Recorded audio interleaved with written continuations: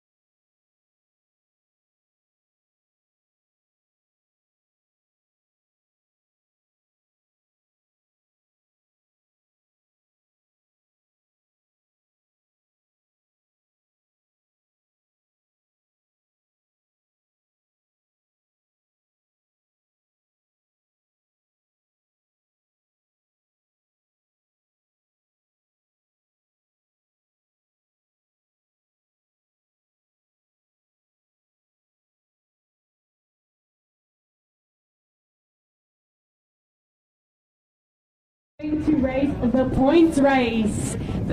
The points race is made up of a series of sprints every 5 laps. First person across the line gets 5 points. Second person gets 3 points. A third person across the line gets 2 points. The fourth person gets 1 point. If you lose a lap in the points race, you lose 20 points. If you manage to lap the bunch, you gain 20 points.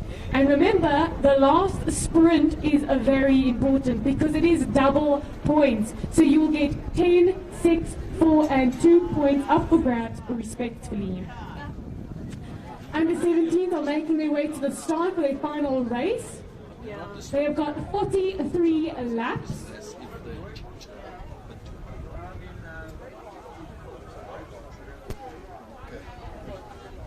Ladies and gentlemen, we will be commenting on the unofficial results. So as I see it, I will comment on what I see. It's all unofficial, and the official results will be posted by the commissaires after the race.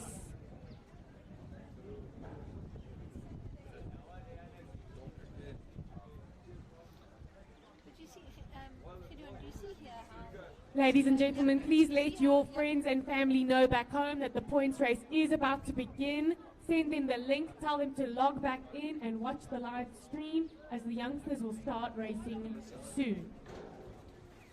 Can I show you something? You see how Yaku's managed to get it over both channels? Yeah. And then you're still only on that one channel. You want the other channel. Just as a... But I want the same on that channel. So I want, instead of it panned, because now it's only coming through the left. Okay. It's panned. I can go mono for you. Yeah, that's what I've... Okay. Please.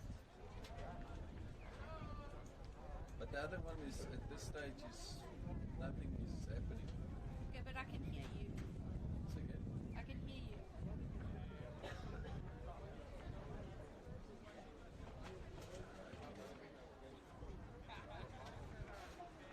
Is your internal mic on? I'm gonna put it on. The internal mic? Yeah, the front one, yeah. Yeah, is it on? No. Oh, no, but it mustn't be on, otherwise it's going to pick us up. Yeah. Because now I could hear you through my earphone. Ladies and gentlemen, for the ladies and gentlemen here at the track, please know that we have some chili sauce available for sale. The best chili sauce, the hot lemon. Please support. They're selling it right there by the stands for $50. So, you would like some sauce for your prego roll or put with your breakfast, go ahead and support them.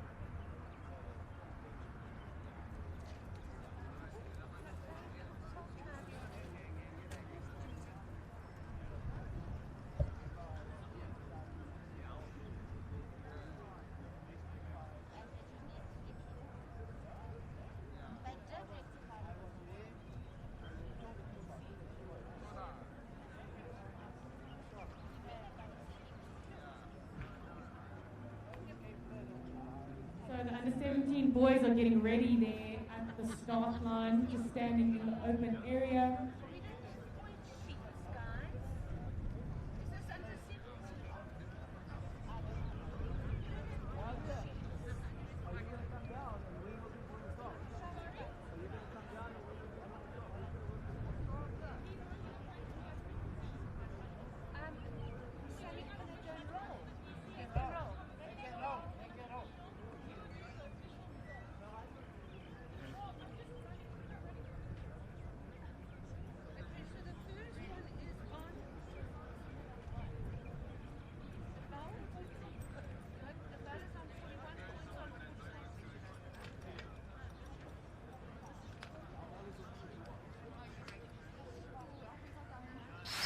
This is our Africa, a place where promise holds more power than adversity, where opportunity outweighs challenges. This is where vision drives progress and innovation changes lives with access to quality products and services. With every mile and every smile, Imperial connects Africa and the world. With a footprint in more than 20 countries, Imperial is your gateway to Africa. These boys lining up: Carlo Engelbrecht, Michael Jervis, Raheel Teshab, Jose Kleinsmith, Ethan Coulson, Adlega Moragi, Matthew Morel, Amor Moyane, Tesisho Keke, Gustav Roller, Zane Swellwingle, Taufik Shida, Sasha Solomon, Matthew Sims, Jordan September, Siobonga Teshukudu, and Joshua Basil, all on the start line for their point race. These under-17s had 43 laps. Now the under 17 are starting. Warming up slowly. It will be a long afternoon. You see them and it's quite intriguing how they're going around the track. Here on a sunny, semi-spring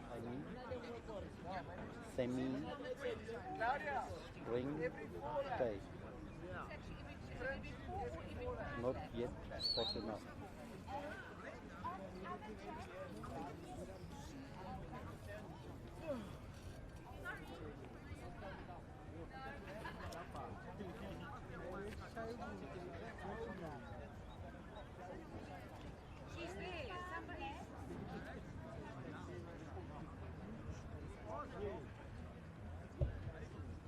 The boys are rolling. They're waiting for the whistle. They're just rolling. This race is so long, we can sit down. Let's come here. There's Taz. Taz! Oh, full Taz.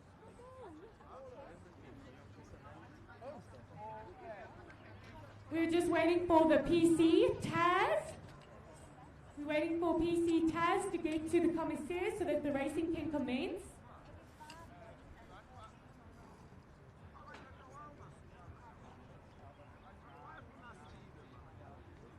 Under 17 boys are just rolling while we wait for the PC Taz.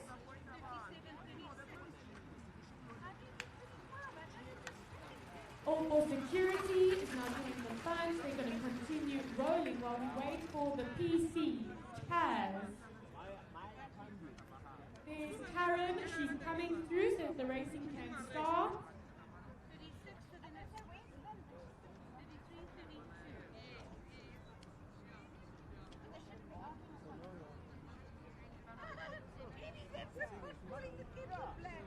The boys just rolling very slowly at the top, waiting for their race to begin. These boys have 43 laps.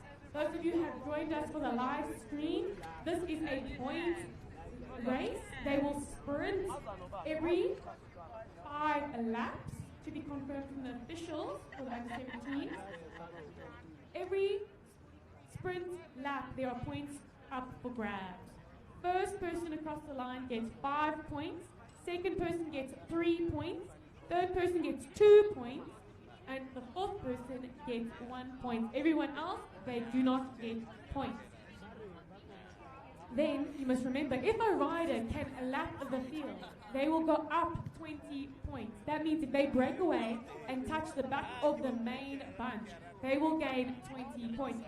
If they fall off the back and the bunch catches them, they will lose 20 points in this race. It's also very important to try and stay in the bunch because the last sprint, the last points up for grab are double. So they have 10, 6, 4 and 2 points up for grabs respectively.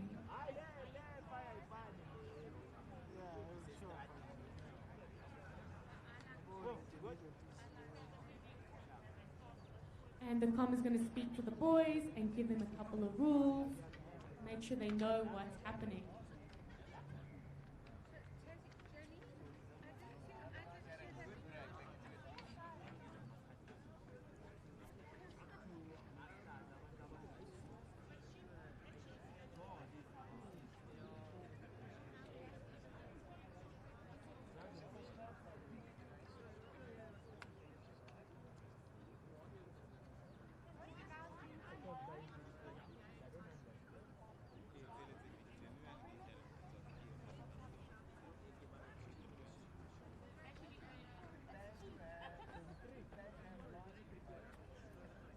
So in this race, we have Carlo Engelbrecht, Michael Jervis, we have Rahil, Jose Kleinsmith, who's been dominating so far, Ethan Coulson, who won the last race, Atalegan, Matthew Morrell in the black kit there at the back. We have Zane Swalpigal in the blue, dark navy blue.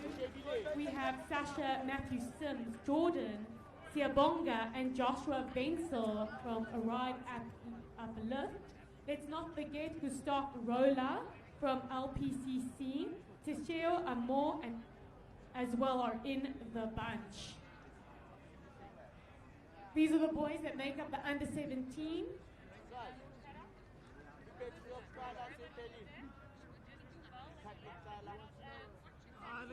So the teams that we have in this bunch is all for security in bright red and yellow. They're in the front.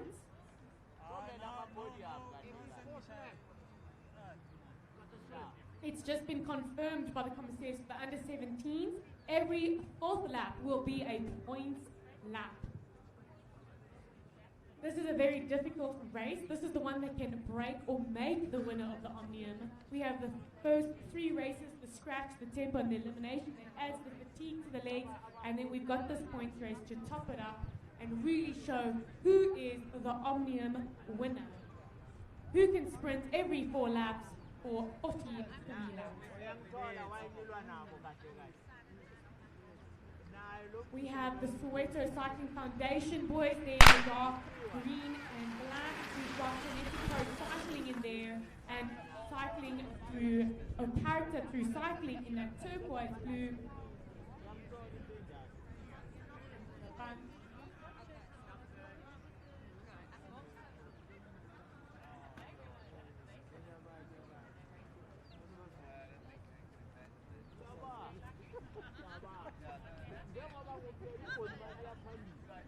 Matthew Sims from Maguire Cycling and Michael Jarvis on the Lumo green bike just above him. Let's see if these boys will bring the racing through. Let's see if it can be aggressive and exciting.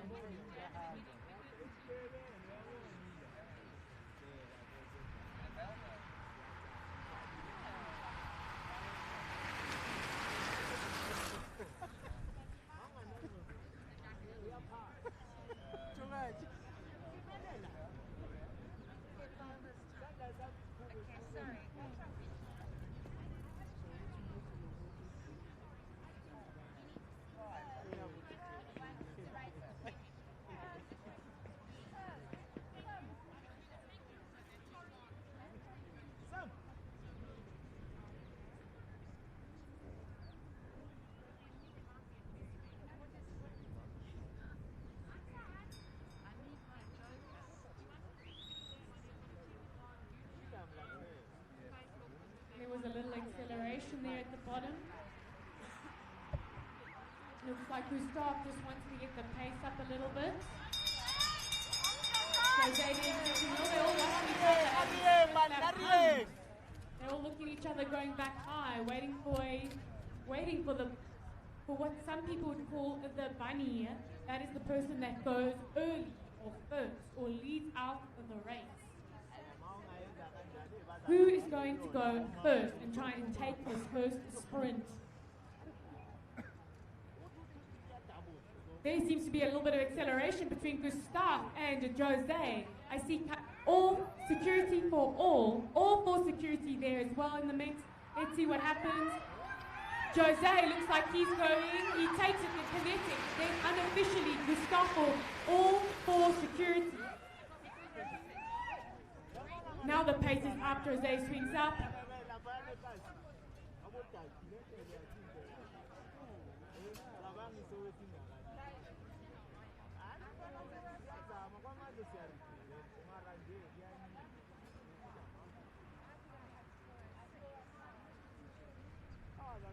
All for security going through to the front, followed by kinetic cycling.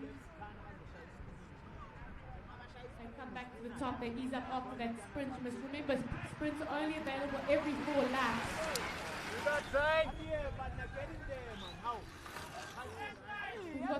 Soweto Cycling Foundation guys struggling a little bit with the pace at the moment. They've got to work Come on, hard to get Asia! back.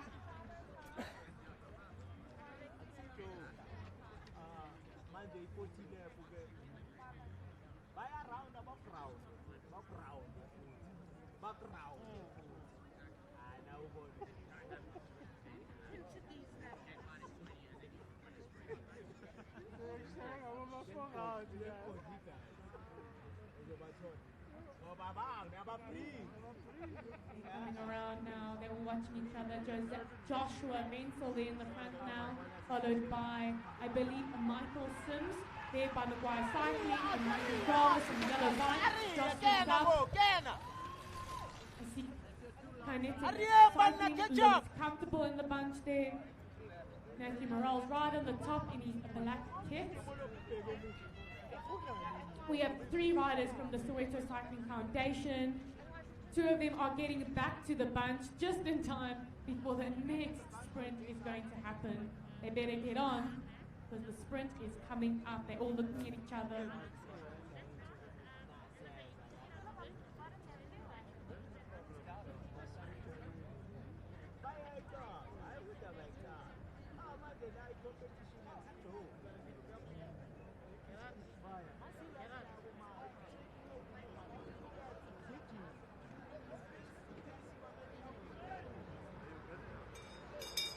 And there's the sprint bell. Who's going to happen? What's going to happen? And Michael. Ooh, who is that? Is that Matthew Morrell that gave a good kick? He wants these points. Let's see if he can stay away. He's being chased by Michael Jarvis, I believe, followed by third wheel, a Kinetic Pro cyclist. Can Matthew Morrell keep his in? Doesn't look like it. Michael Jarvis is running into his tunnel and he's overtaking him and he wants the point. So Michael takes it unofficially Kinetic Pro ride and it goes into third and all for security. All for security keeps the pace up. He wants to break it up. He's going hard and fast. Jose's still trying to catch him. Joshua Bentel is now on third wheel. All for security comes up. Josh decides to go through. Jose doesn't want to work. He just wants to do the sprint. They're breaking and stretching this bunch out. All for security, I believe Ethan Coulson is there. He's working hard. Josh, keep working together. Ethan Coulson wants to break it up. He's there with Kinetic Pro cyclist and Jose and Josh. We have Gustav that's fighting to get back on. Then we've got Michael there in the following line with another rider from Kinetic Pro cycling and all for security there. That was an exciting little sprint. They've broken it up for sure. Ethan Coulson wants to get rid of some of the guys, some of the bunch, spread them out. But it's coming back together. We have a bunch. I see Michael Jarvis. I see Gustav, Josh, Jose, Ethan. I see Michael Jervis as well in there, and Michael Sims from Maguire Cycling is all. Keep it going, boy. Keep it going. Off the back, we have Zane Swellswiggle, cycling character through cycling. Rahil off the back.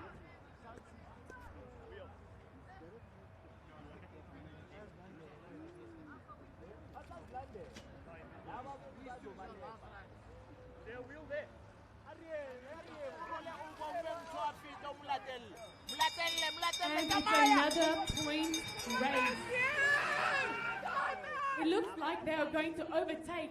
They're going to catch those 2 riders that represent the Soweto Cycling Foundation. They're looking at each other. It's another sprint race. That's it, boys. Work the riders together. on the home straight get the bell. And I see a rider giving a little bit of a kick. Kinetic Pro is challenging him and coming over. He wants these points. He's overtaking it. Anyone going to challenge him and take it? I see Gustav going crazy at the top. And it looks like Jose gets it unofficially. I don't know. That was a close call. We'll have to ask the officials for that one. And Ethan is going again. He likes keeping the pace and counter-attacking. He wants to break it up. He wants to make it hard. We have Josh Wenzel going through. I believe it's Jose on his wheel now there. Then Ethan and Roller now going through.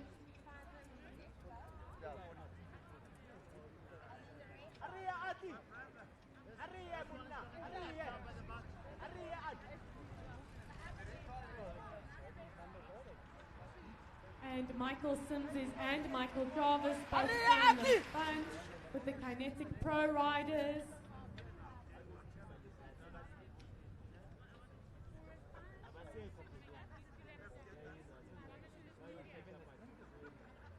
Joshua giving a little bit of a kick, spreading it out again. Followed closely by Gustav. Kinetic Pro, all for security. Off the back we have Rahil, followed by Zane. Then our Soweto Foundation cycling boys there off the back. I see Matthew Morrell there, and then a cycling character through cycling off the back. So they looking comfortable, all the boys looking at each other. Waiting for the next sprint. 30 laps to go. 29 laps to go. Keep going, boys, keep going. Here are our boys from Soweto Cycling Foundation working together. We have Rahil and Zane working together. They're seeing if they can get back to that bunch. They work together, they could get back. They need to fight. They do not want to get lapped and lose 20 points, because you can continue losing points if you don't keep it up. 5:03, Sasha Solomon's character through cycling riding at the top there. Here come the boys for their sprint.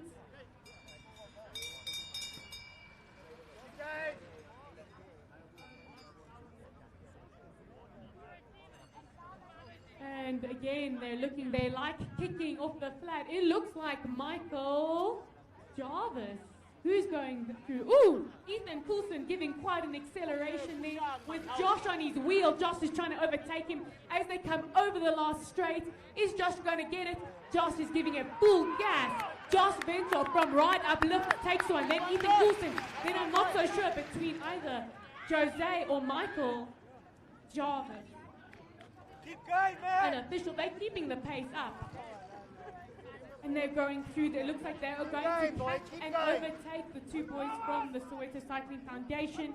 I believe it's Siabonga and Amor that are being lapped now. And Tishisho there, he's being caught by Rahil and Zane off the back. Back to the front. These two riders can now join the bunch again. They're down 20 points. They're in the front with Joshua, Ethan, see Michael. I see Gustav still there. Sasha from character through cycling, he seems to have sat up. Zane and Rahil are working hard to get back. Let's see if the other rider can work with them.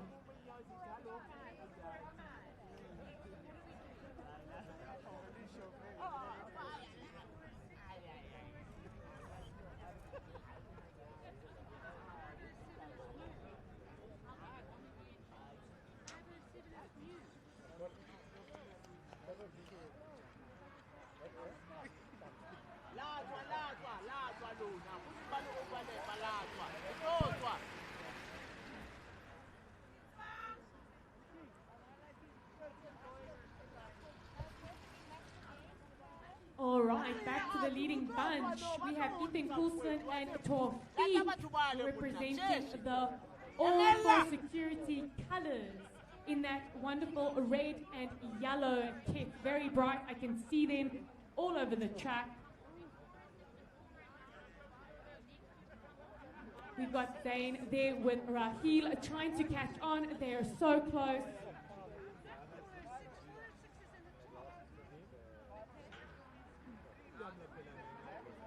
Looks like there's an attack from Josh, but it's followed closely by Gustav and Matthew Sims in the Maguire hit.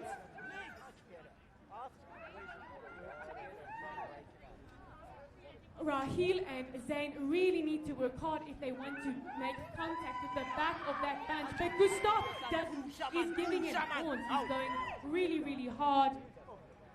He's giving it his all. It looks like he will. Looks like he's going to hold that gap as he comes into the home straight. He's giving it his all. He wants these 5 points. And we have Jose coming in second, and then Michael Sims from Maguire cycling. Remember, in a points race, you get 5 points if you cross the line first. Then 3, then 2, then 1 point. The first 4 riders to cross the line get those points.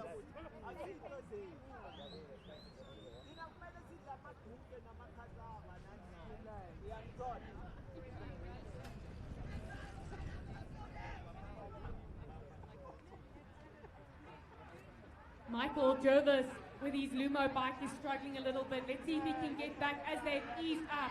And it looks like Michael from Maguire Cycling is giving it a little bit of a go.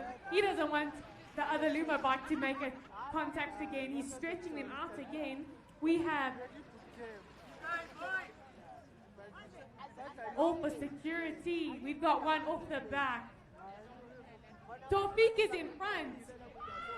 Ethan is off the back with another pro kinetic rider. Taufik is in the front now with the bunch representing all for security. He is there, showing his team's colours. His stuff is going through. This is a hard race. People don't realize how hard it is, especially in the wind and sprinting every 4 laps. These boys have 22 laps to go still. Gustav is leading it out with Gustav there, then a kinetic pro rider going through.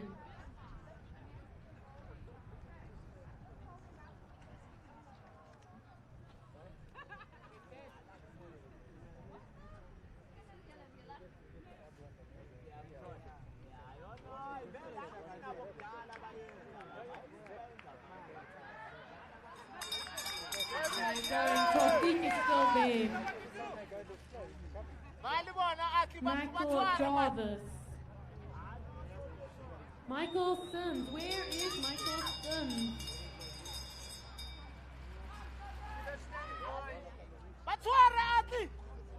There goes Michael Jarvis. He's giving a bit of a go.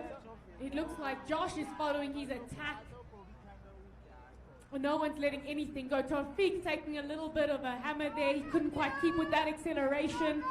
But Michael is going hard. He's going for it. Michael and Michael. They're going for it. Michael Jarvis second. Sims from Maguire Cycling comes in second with Jose in third there. Unofficial, please. They're keeping the pace high.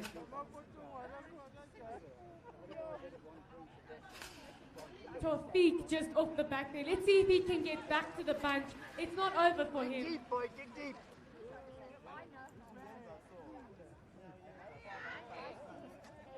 Ethan Coulson gave a huge hurt as he comes over the finish line here on the front, on the home straight. It looks like he's easing up. Looks like he's going to lose a lap and let the bunch grab him. You must remember, if that happens, he will be 20 points down. So far, Josh Wenzel is leading the race with Gustav, Michael Jarvis, Michael Sims. I see a kinetic pro rider in the bunch with Jose Kleinschmidt.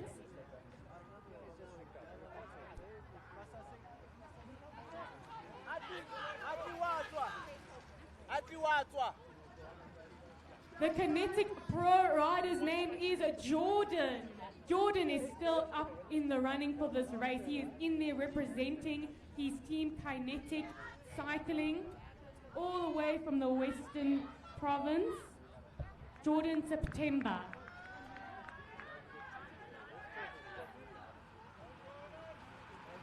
Taufik is now back. No. That is Ethan.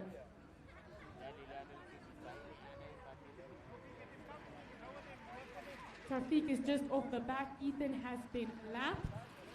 An official, please. I see Gustav there in the front.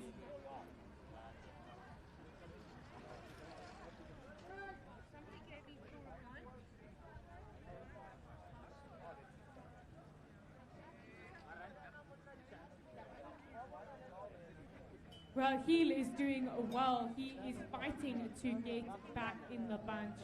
Rahil coming to the bottom, still keeping the pace up. And the bunch just got on his wheel and let him pace it out. Rahil pacing them in the front. Then we have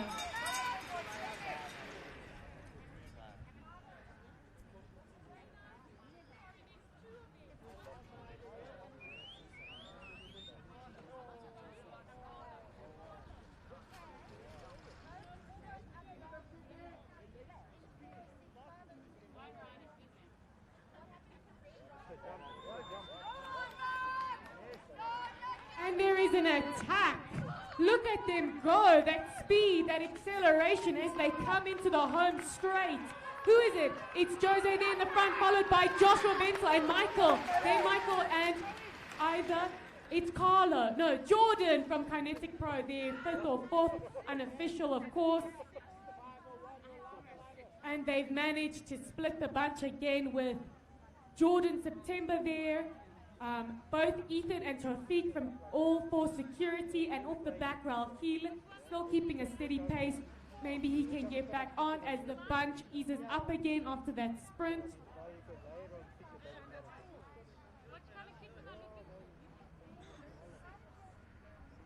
And Rahil is back in the bunch. He is back.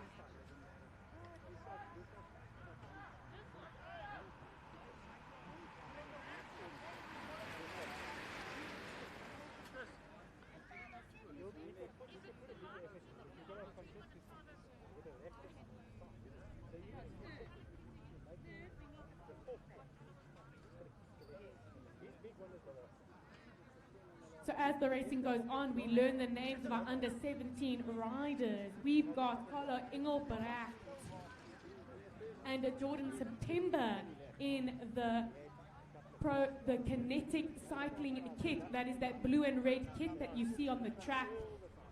The all for security, that bright yellow and red, is Ethan and Taufik. We have Michael Sims in that Maguire cycling. It's a lime green kit. Rahil Keshav, he is in a Lumo green with a navy bib shorts and red bike. They're in the bunch as well.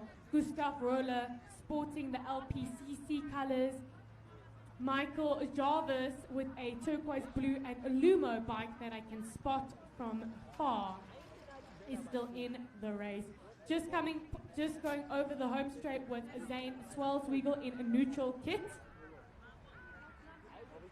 We have Rahil still leading the bunch as they go into a sprint lap.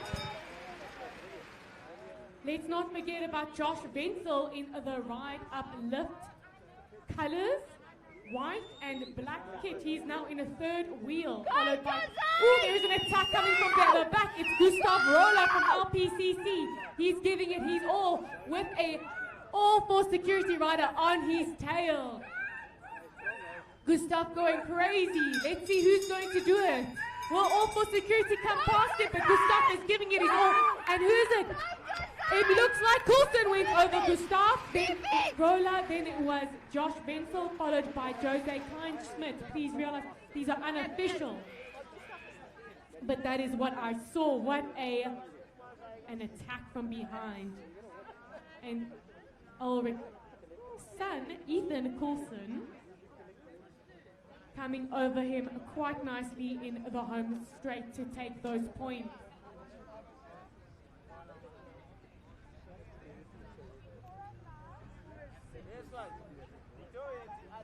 Now they ease up, catching their breath.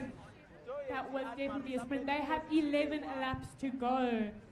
Zane Swalswiggle just riding. He's been lapped. He can still partake in the race. He can absorb himself into the bunch and start partaking in the sprint again.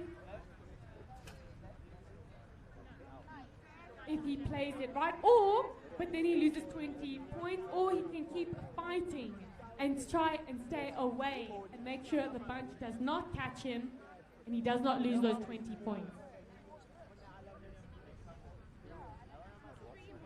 So we must remember that the bunch is leading the race at the moment. And the Zayn and Raheel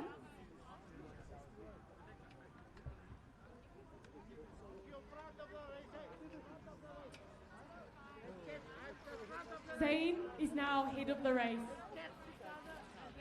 according to Sam.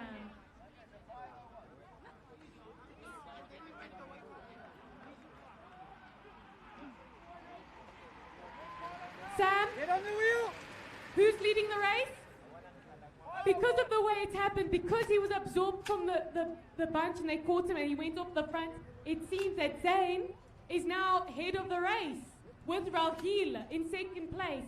So the bunch, actually, when the next sprint comes, they'll only be fighting for the third and fourth points. Zayn Swalswiggle, you are leading the race with Raheel on your wheel. Go, boys, go, go! You're going to come up and have a chance to get your points.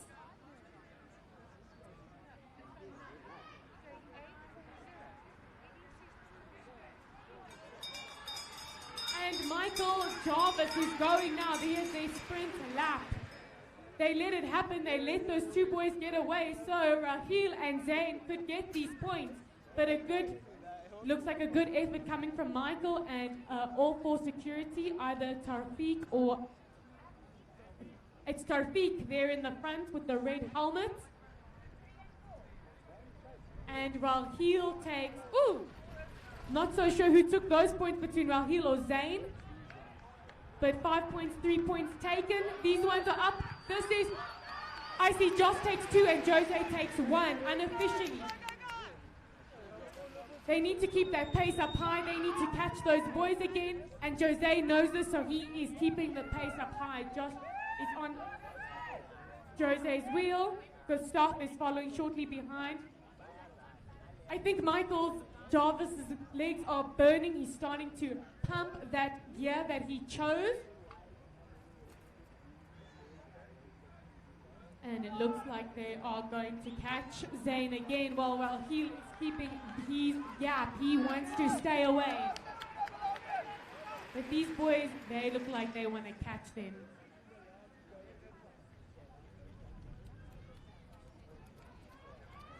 I don't think the bunch realizes that these two boys are in the front. Don't think they realize that Raheel is leading the race momentarily with Zayn in second position. Although Gustav is closing that gap quite steadily, but will they close it before the next sprint lap?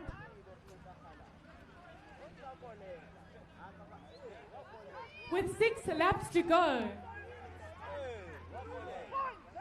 Here comes trouble.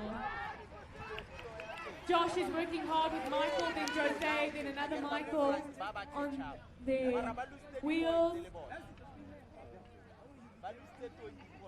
I believe that is Carlo from Kinetic Pro cycling there.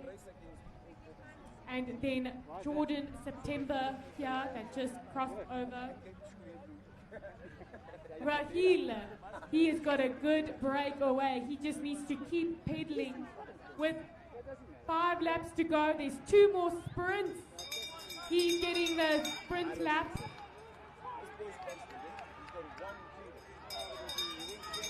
And here he goes. Will they close the lap? Raheel might get these points. Raheel must go. He can get these points. 5 points up for grabs for Raheel. Michael Jarvis there leading the bunch. Maybe he can nab the second place. I see Gustav going crazy. He wants these points. Always such a turn of acceleration from that 200-meter mark. And he's going super, super fast. followed by Jose. They're going to go over Rahil. Rahil is kicking hard, but Jose comes over him, and so does Gustav, and who?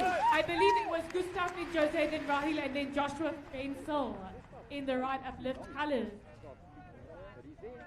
They move up after that sprint. You must remember, 4 laps to go. Some riders have lost 20 points, some riders have gained a lot. And it looks like someone's going. They're giving it their all. I need to confirm who it is as they come around. It's Jose. Jose with 3 laps to go. Then we've got Carlo from Kinetic and Michael Sims from Maguire Cycling. They are overtaking Ulrich, another rider from Kinetic Pro Cycling. Maguire Cycling, Michael Sims is giving it his all.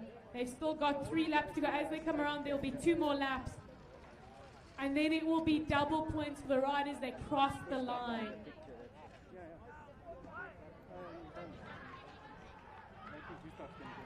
We got Michael Sims from Maguire Cycling, Joseph Smith there in those colours, and then Kinetic Pro Cycling. I believe that is Carlo. Then the following bunch we've got made up of Gustav, Rahil, Ethan Coulson, and Joshua Wenzel. Off the back there is Michael Jarvis on his Lumo bike. Back to the front, we've got a little bit of an acceleration there from, I believe, Mr. September, Jordan September.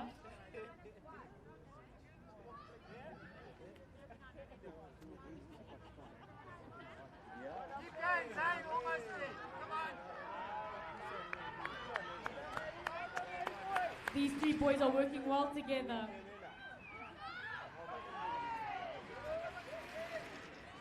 Can Josh and Gustav work together with Ethan to close that gap and be in contention for the last sprint? Here comes the last lap. It's going to get exciting now because Michael Sims is going through from Maguire Cycling in that green top.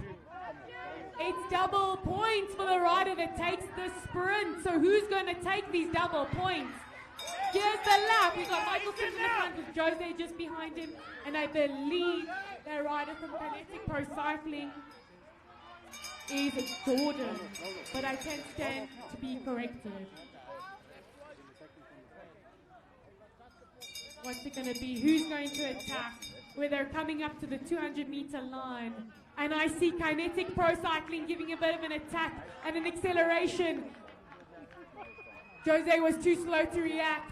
Michael Sims was chasing him, but will he be able to close that gap? I don't think so. And Kinetic Pro takes the win, the last lap. And Michael Sims comes in second with Jose third for that lap. Here we see Gustav coming in fourth, Ethan in fifth, and Josh Wenzel fifth. Crossing the line now is Zane Swellsweedle, and then Rahil in his lovely Lumo top. And here we have Michael Jarvis crossing the line on his yellow bike.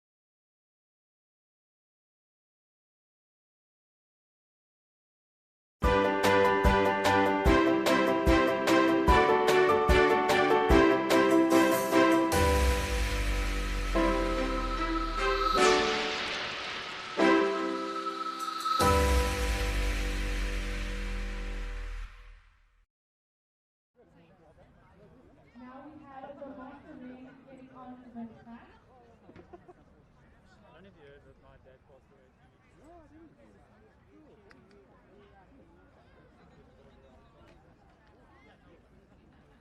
And now we have the masters right up on the track. The master name is made up of dark ear, neon horn, itching the teeth, Stephen Crosby, Leon Roberto Newey, Kenneth Stephens, and Bruce Viljoen. So Jacques Krier is there in the Karen Beef kit, there on the start line. We've got Leon van Skalkwyk there with the white shoulders and blue bottoms. Etienne Retief in the OTR skull top with a dark line going over his right shoulder. We've got Stephen Swelsvedel in the navy blue neutral kit. Dion Horn there just in front of Stephen. Roberto Nudi is wearing the Strasser training and performance kit, white kit with the yellow arm. Bruce Viljoen in the Inspire kit, Panda Inspire kit. And let us not forget Gerard Schippers in the sleek black Panda sportswear skin suit. The mastermen have 43 laps. They will be sprinting every 4 laps as well, I'm sure.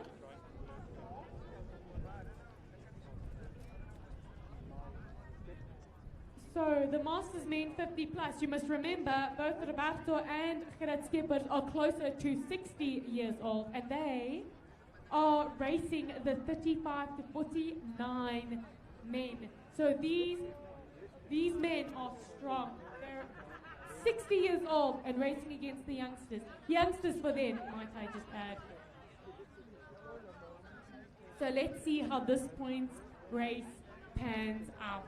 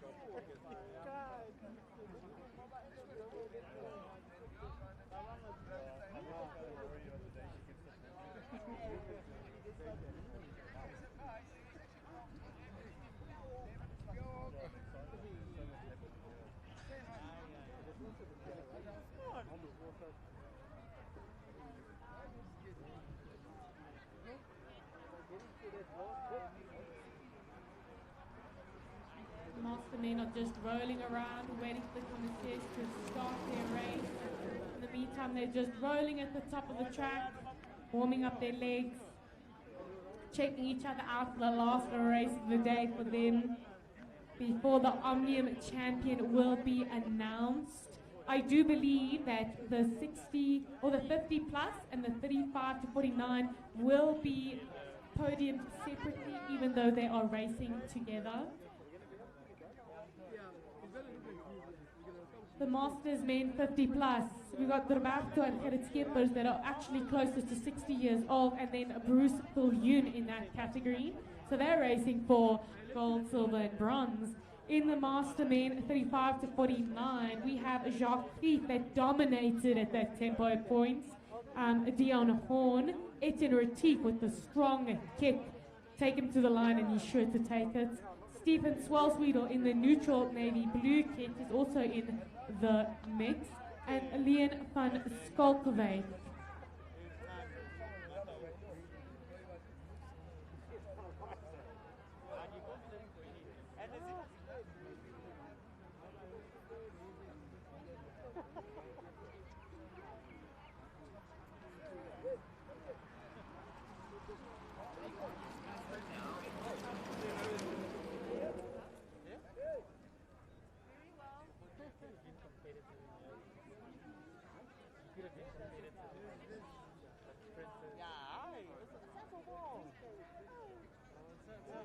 Bunches, I don't know if you watched the earlier race, because the bunch is so smallish and there's one or two dominant riders, like it's so negative neutral, like it's cruising along and then sprint, and then they lose to Etienne anyway.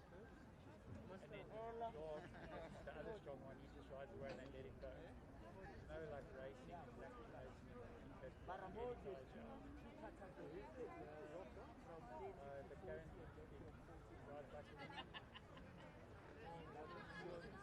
second row in the middle, right on the same age as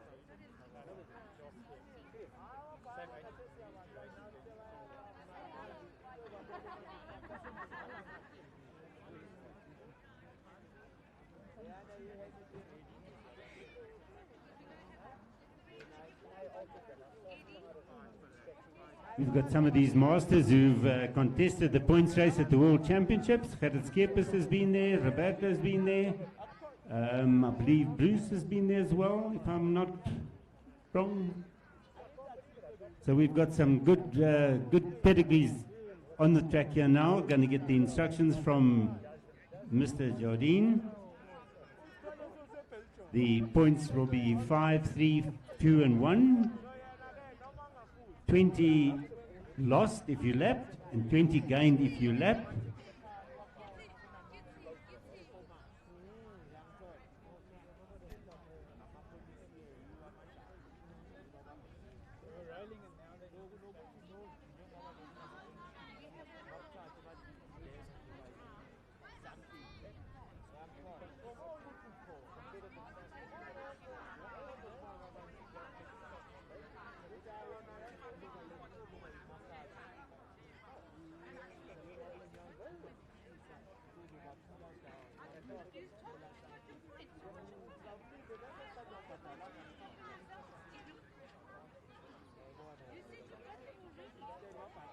And they're rolling out. They'll be starting next lap. 43 laps of racing. We see Bruce Viljoen there, Roberto Ganuri, Gerrit Skeppers.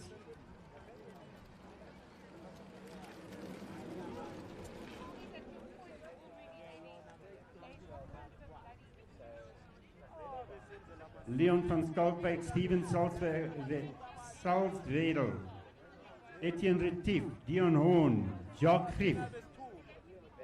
Jacques is going to give them some grief, Mr. Greef. Roberto Ganuri, Gerrit Skeppers, and Bruce Viljoen. Those are the three masters over 50. Gerrit is over 60, so it's a nice race here, gold, silver, and bronze for our three riders over 50 years old today. Hello, Mark.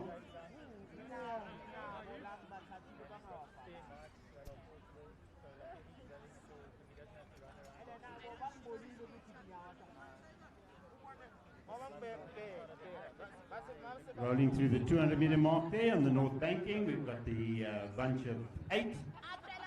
They'll be coming through, and Mr. Sammy Jardine will be firing the starting pistol.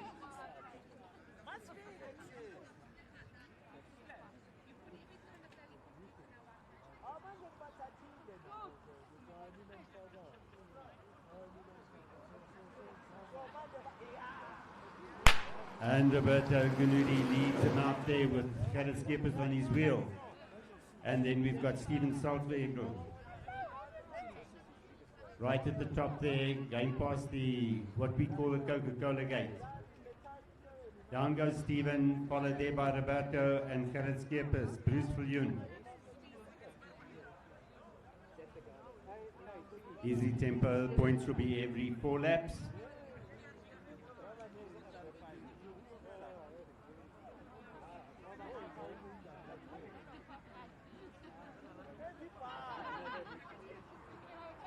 Coming down, they've got 42 laps to go, and in the front at the moment, just the rolling pace is Roberto Gnudi.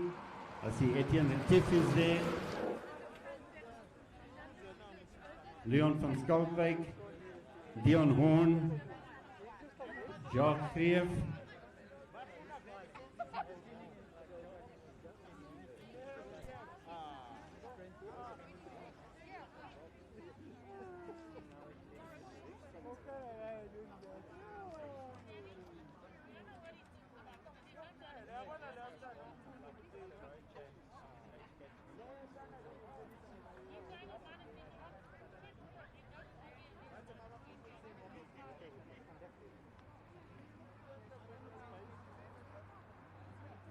rolling through 41 laps to go. So Dion Horn in the front there. Next to him there, number 1 is Jacques Greef. And the sprint lap starts. Pace picks up there. Dion Horn is in the front. Followed there by Jacques Greef. Bruce Viljoen. Steven Salzberger. And there comes the big boys. Gerrit Skeepers coming around the top, trying to get past the bunch there, but he's being held back. A long sprint there. And Roberto Gnudi is bringing up the back, but Gerrit Skeepers coming through nicely in the points race there. And it's number 9, which is Etienne Retief, that wins that first sprint.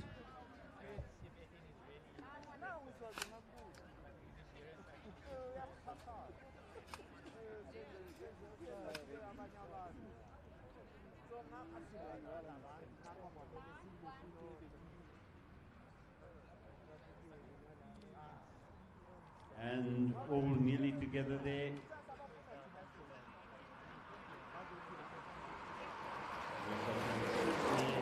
Number 6 there is Leon van Skalkwijk there right at the top. Bruce Viljoen at the bottom, he looks around. Gerrit Skeepers is battling a little bit there to make contact with the boys again.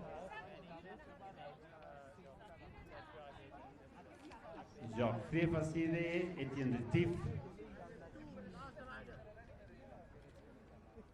Steven Salzwedel.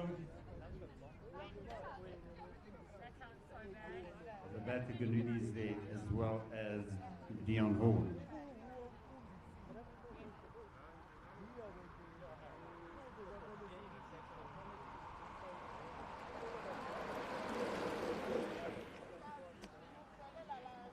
Pace is rather pedestrian going through there. They've got another 38 laps to go. It looks like a tip on the front there with Jacques Greef. Move up there. Bruce Viljoen lets the boys go through. Stephen coming through there now. Roberto right at the top of the banking. He's there with Leon van Skalkwijk. And Gerrit Skeepers comes on terms with the bunch again. And Roberto Gnudi goes off the front.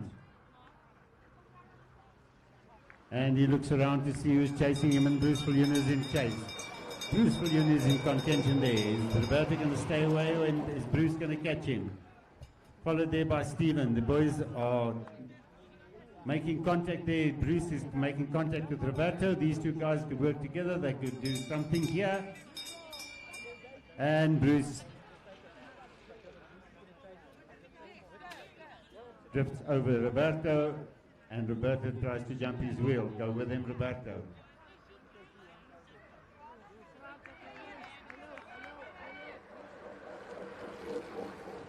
Number 17, Bruce Viljoen, followed by Gerrit Skeepers. Across the line there was Jacques. It looked like Jacques. And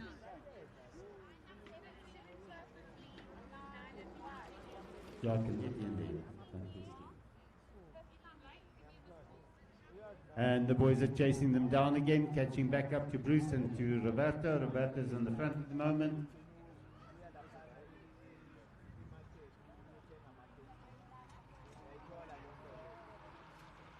And 35 laps of racing to go.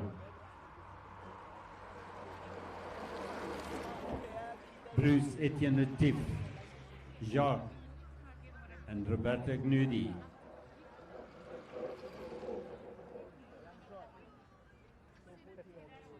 Looks like Leon van Schalkwyk is making contact again. And we've got 5 boys in the front again.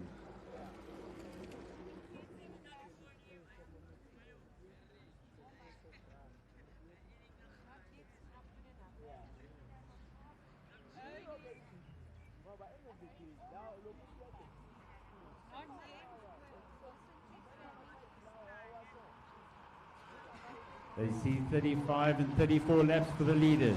34 laps for the leaders.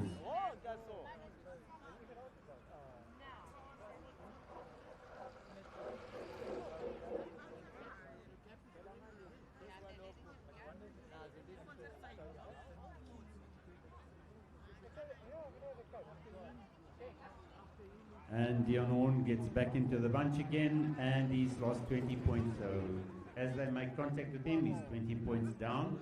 So he's got a minus 20 to his name, but he's back in the bunch and he can start racing with them again.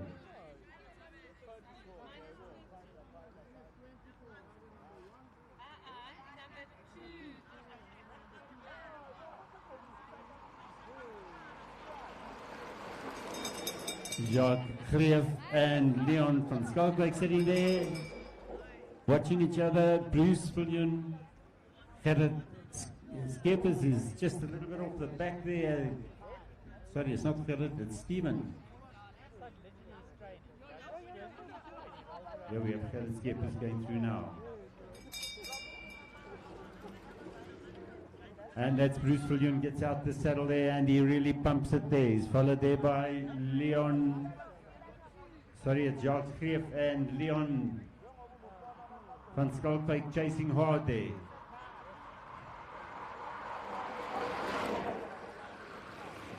Followed by Roberto. And are they keeping the pace up? Are they keeping the pace up? They seem to be keeping the pace a little bit higher, which then would make it difficult for Roberto and them to get back in the bunch. But they're spinning through. Roberto swings it high and he says, you chaps. So you've got in the front there, you've got Jacques, you've got Etienne, and you've got Leon van Schalkwyk.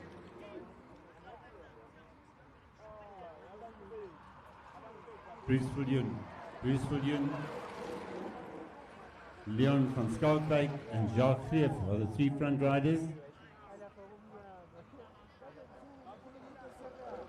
And Roberto and them get back in the bunch. Bunch is back to 5 riders. Steven just can't get back into the bunch again.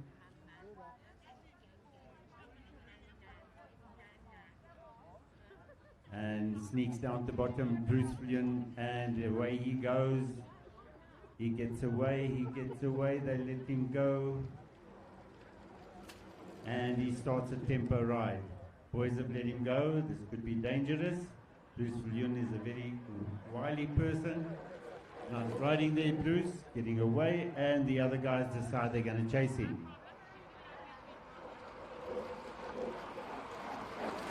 Leon van Schalkwyk says no, he's not going to let him go all his own way. Steven is now in second position on the track there. Even though he's been lapped, he's 20 points down. And Bruce Viljoen is comfortable in the front there. It's now being chased by Jacques Greef. Roberto Gnudi gets out the saddle. Leon van Schalkwyk is sitting there. And Bruce Viljoen has got a beautiful tempo going on here. He's got 29 laps to go and the potential of picking up 5 points all on his own.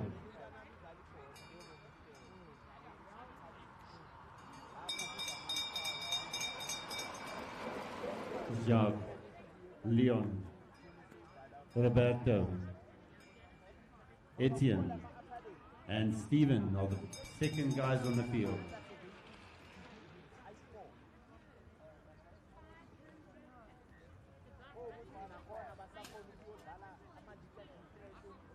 Bruce Viljoen has got a tempo going here on his own. He is going to muster the points here. He's going to log these things up like you can't believe. He takes the 5 points. 28 laps to go. He has 28 laps to go, and here comes the main sprint. And it's Leon van Skalkwyk who takes the points there, followed by Jacques Greef. And it looked like Roberto Gnudi in 4th position. 5, 3, 2, and 1. Those are the points that are awarded here. And Bruce has got a good rhythm going. He's gone away. Very clever ride there. He got away. Nobody chased him. And nobody is chasing him right now. He's got a free ride there by himself. Points race is the backbone of the Omnium. It's a 25-kilometer ride for the elites.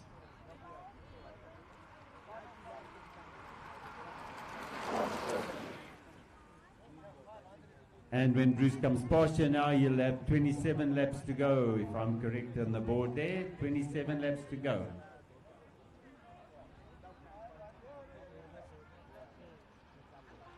Sorry, Bruce has got 26 laps to go. Bruce has got 26 laps to go. And the bunch is really not doing much good. Bruce can, if he can wind them in from the back, he gets 20 points. And after that, he just needs to sit in the back of the bunch and just go through with them and not let them get too many points ahead of him from a winning point of view. But he will be doing his best to get back into the bunch there. They are being pedestrian about it.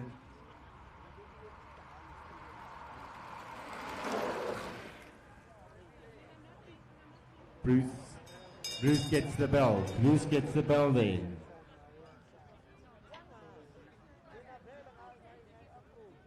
Takes the points, staying off the back of the bunch there. He musters 5 points on each lap. If he makes contact with the bunch, then it's all neutralized and they're all racing for the 5 points.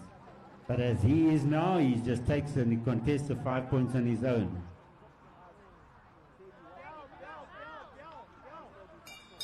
Bell for Gnudi. Are the other guys going to let him go?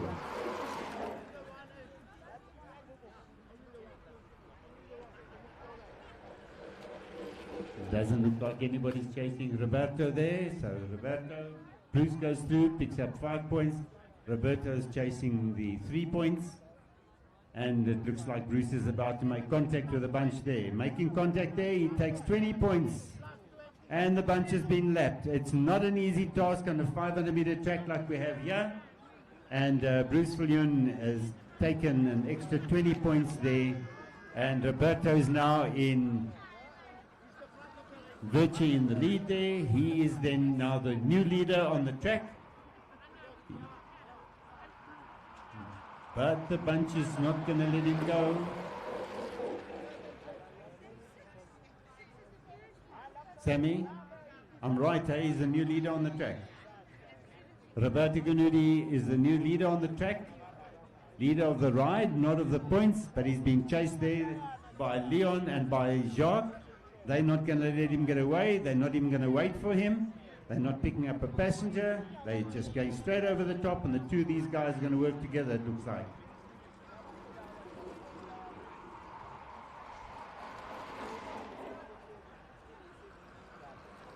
And that is Etienne Retief there sitting in second wheel, and Jacques Greef there.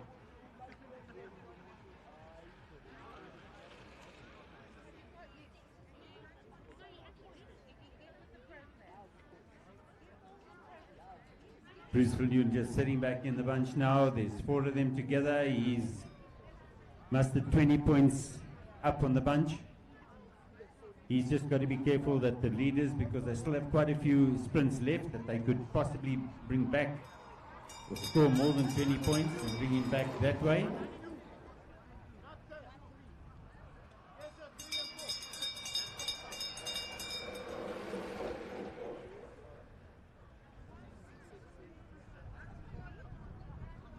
Etienne Latif is up top there.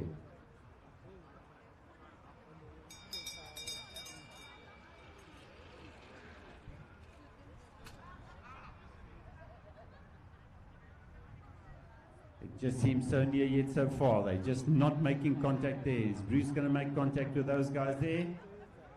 He's going to bring them back and it's all going to be neutralized. They decide not to. There they start picking up the points. 1, 2. Etienne Latif in second place there.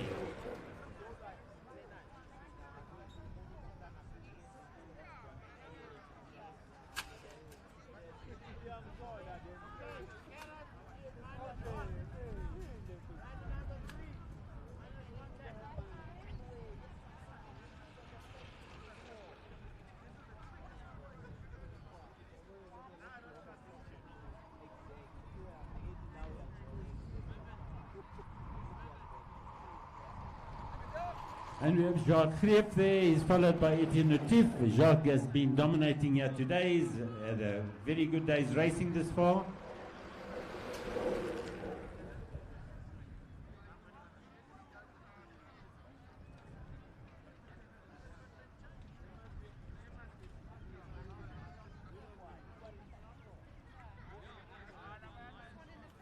And Jacques decides he's going to do the same as what Bruce did. He's going to chase the bunch.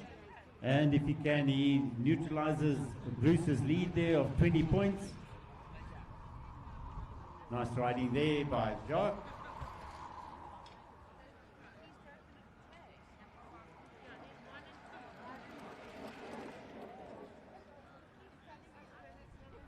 I couldn't work out if that's a 9 or a 6.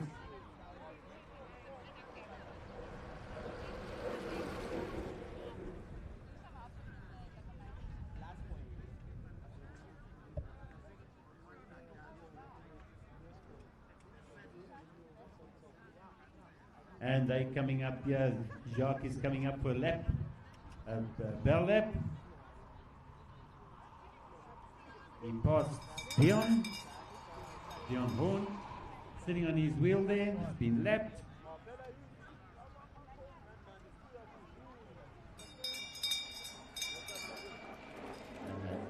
Keep going through. Rider number 9. That is Skeppers back in the mix there, followed by Roberto Canoni, Bruce Viljoen, and Stephen with Leon van Skalkwyk bringing up the back of that little bunch there.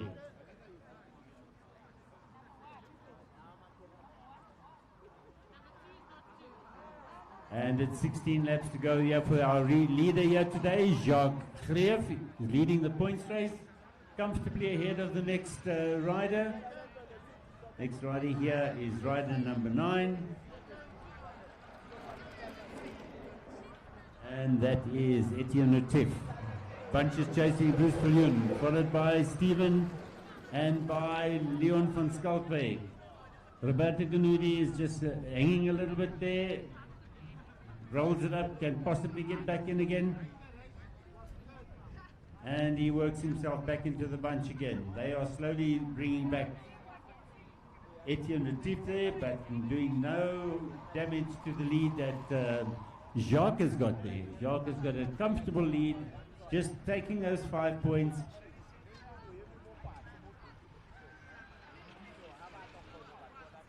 And Etienne swings up. And we've got Bruce Viljoen now leading the pack there. Leon van Skalkwyk, Roberto Canudi rolls through, Stephen Salzwedel.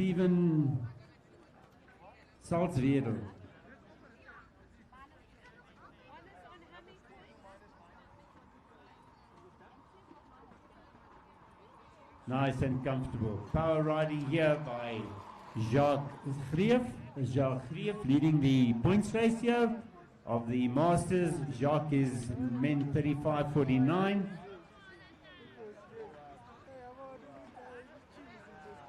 And Bruce Viljoen drops off the banking and away he goes. Big attack here by Bruce, 14 laps to go. Is he going to get across? No, he's making sure that he gets away. He needs to make sure that he doesn't get caught. the bunch doesn't get brought in by Jacques, but Jacques is determined to catch the 4 guys who are the bunch. The 4 guys there in front are the bunch. Bruce Viljoen is not regarded as the bunch. He's a breakaway, so he's on his own. The 4 riders together there, that is the bunch. And Bruce is he's got a half a lap to go. We've got a pursuit going here between Jacques Greef and Bruce Viljoen. Is Bruce going to catch him? Is he going to work to catch him? Interesting development here, 13 laps to go.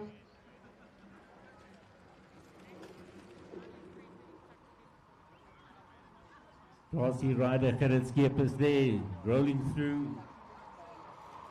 He's got everything to race for. He's riding in the Masters category, which consists of Roberto, Gerrit and Bruce Viljoen. Bruce Viljoen in the Masters category, he is now pushing through, trying to catch and come on terms with Jacques Greef and the bunch chasers.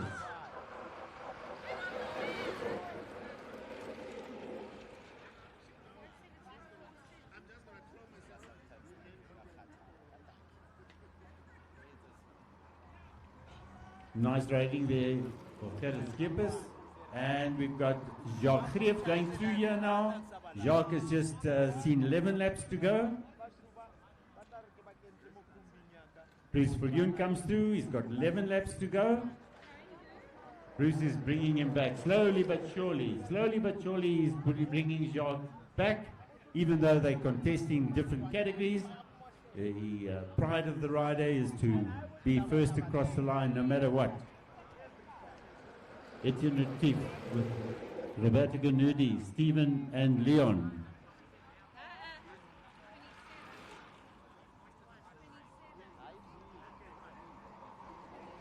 And Jacques sees 10 laps to go.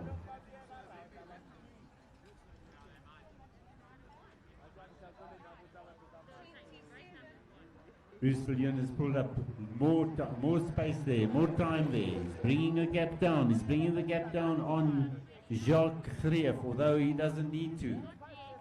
This is the South African Championships, the Omnium Championships, the 4th event of the day. These guys have been racing the whole day since early hours this morning. Their legs must be tired. You must remember these guys go to bed at sunset each day.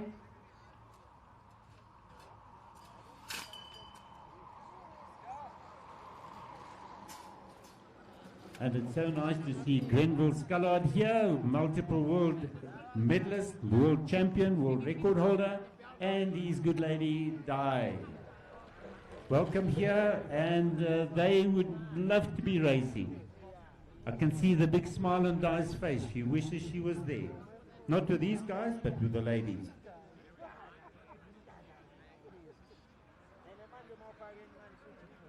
Bruce Viljoen all on his own there. Jacques is on his own. We've got these 3 guys here now. That's Etienne Retief. No, sorry, that's Leon, the number 6. Is Leon from Skalkwyk. And our leader goes through there, Jacques Greef. And Etienne has got a problem. He's got a puncture on the back wheel. Etienne's got a puncture on the back wheel. That's bad luck. That's what happens with the tubbies. They wear through, looks like bubble gum. In the meantime, it's the canvas. Happened to us before.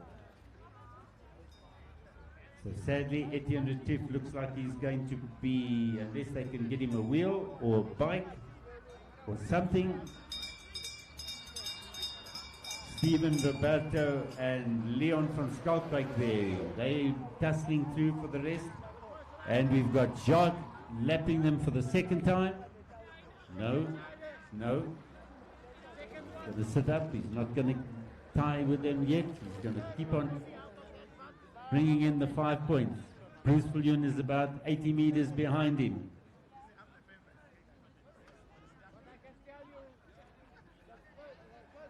Bruce Viljoen is working. He's going to get back. He's actually tied at the moment with an extra 20 points.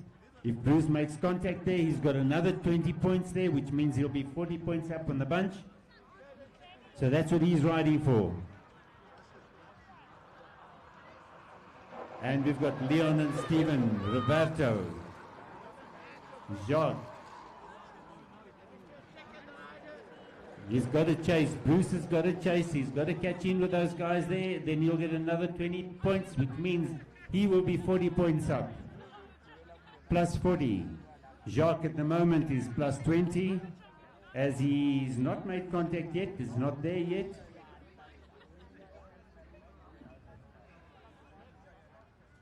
He's just keeping off the back of the bunch so that he can be mustering the 5 points, 5 points, 5 points. But Bruce is chasing. Bruce is coming in from the back. Guys have got 7 laps to go. Leader there still is Jacques. Bruce is nearly making contact, and that'll be 20 points. Extra 20 points. Bruce for you in there. Master in the 50 category, 50 plus category. And Jacques says no, he's going. So he's made his contact. He's got his 20 points. And Bruce makes contact with the bunch, and he gets an extra 20 points. So Bruce Viljoen now has 40 points up on the bunch.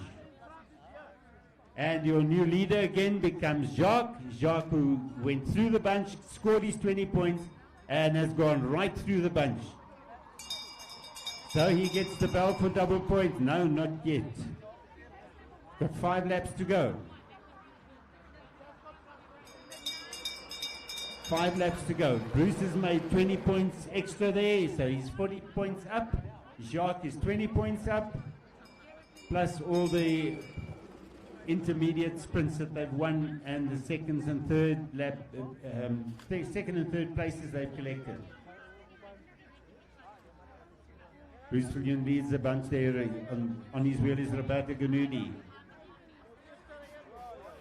And taking full points here is Jacques. Got one more sprint to do.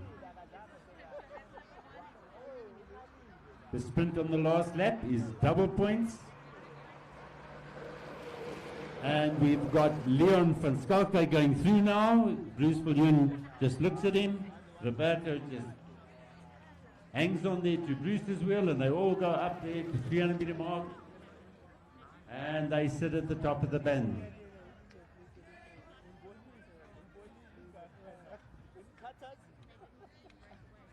Jacques Krief comfortably in the front again.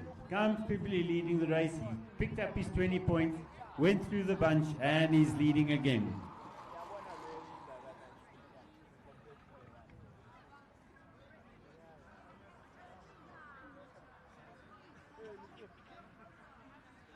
Bruce has left the field twice, so he's got 40 points extra. And Claudia is ever so excited for her dad. Go Tope.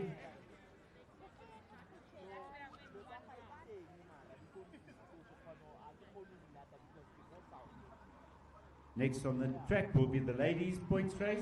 Ladies' points race will be the next one. And my colleague there will be Claudia Nudi, who's going to be commentating on the ladies. And all together, Jacques is way ahead of them again. He's put half a lap into the field since he pulled away from them. And Bruce is indicating who's got to go.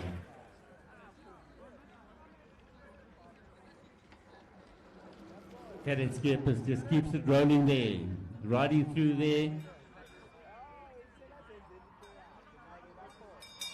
And yeah, we have the last lap. Yeah, we have the last lap for Jacques.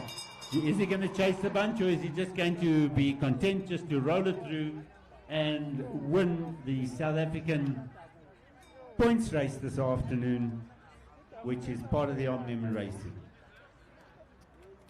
And the big bunch comes down, the big bunch of 5. Who's going to be in second place here? Bruce Viljoen has got a 40-point lead on the bunch. He's lying in second position here. He's got Etienne Latif. No, sorry, that's Leon. Leon is on the front there. Etienne pulled out, I think. Well done. Let's give him a hand there. Let's give a big hand around. A round of applause there for Jacques. Well done. Excellent riding. And we've got Leon van Skalkwijk there pushing through to the finish. And there comes Steven Salzwedel. He wants to be in the points as well. Comes over Bruce Viljoen. Steven sprinting, and he will be the third one over the line in the sprint with Bruce Viljoen in fourth. And that concludes the Masters racing for today. Gerrit Skeepers.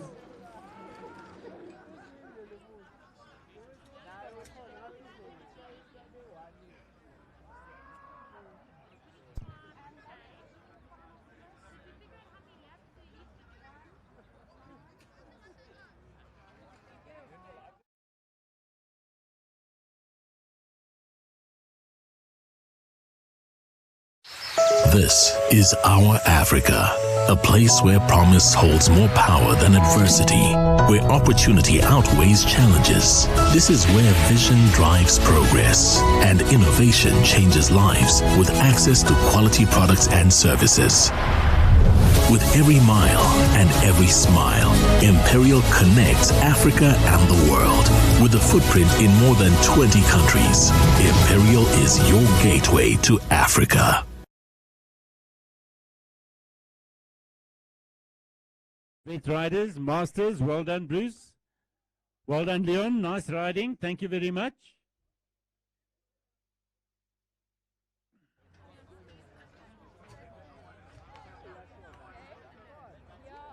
And sadly to see that Gerrit Skeepers is lying down, he hasn't been able to get up yet. Medics are there.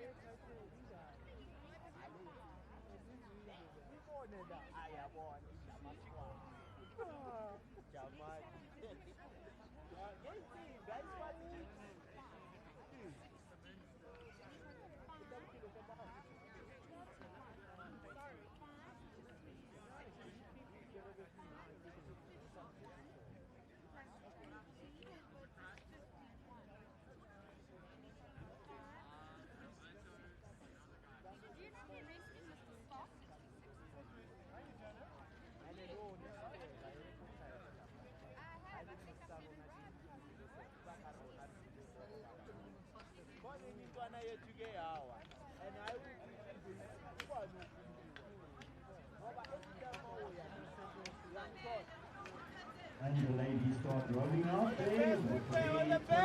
On the 43 laps.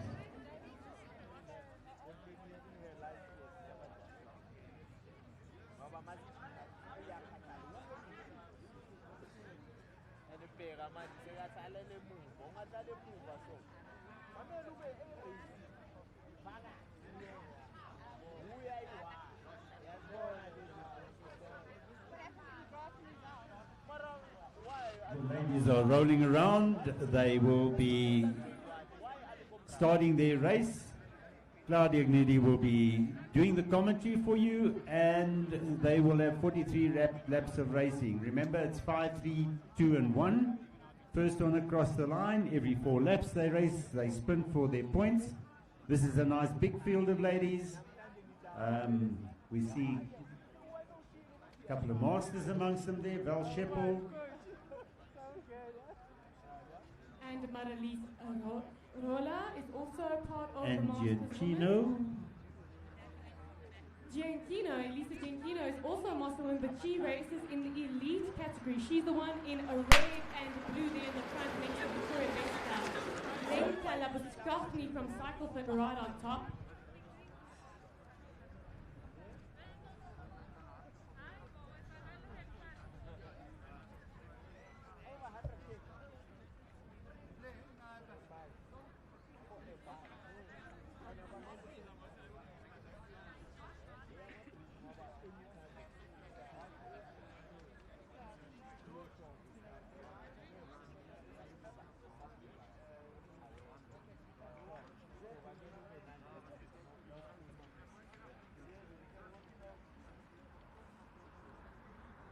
Second last race of the day. The Open Women. We still have Victoria Besta Lisa and Lincoln Hunt. They're now in the back there in second wheel behind those 3 ladies. We have Danny van Niekerk and Mia Fontaine representing Reach for Rainbows, all the way from the Western Province. Kayla Ace is also, she's an under 17 rider. She is in the white Positive Sports Solution kit there on the bottom of the field, just behind Victoria Besta.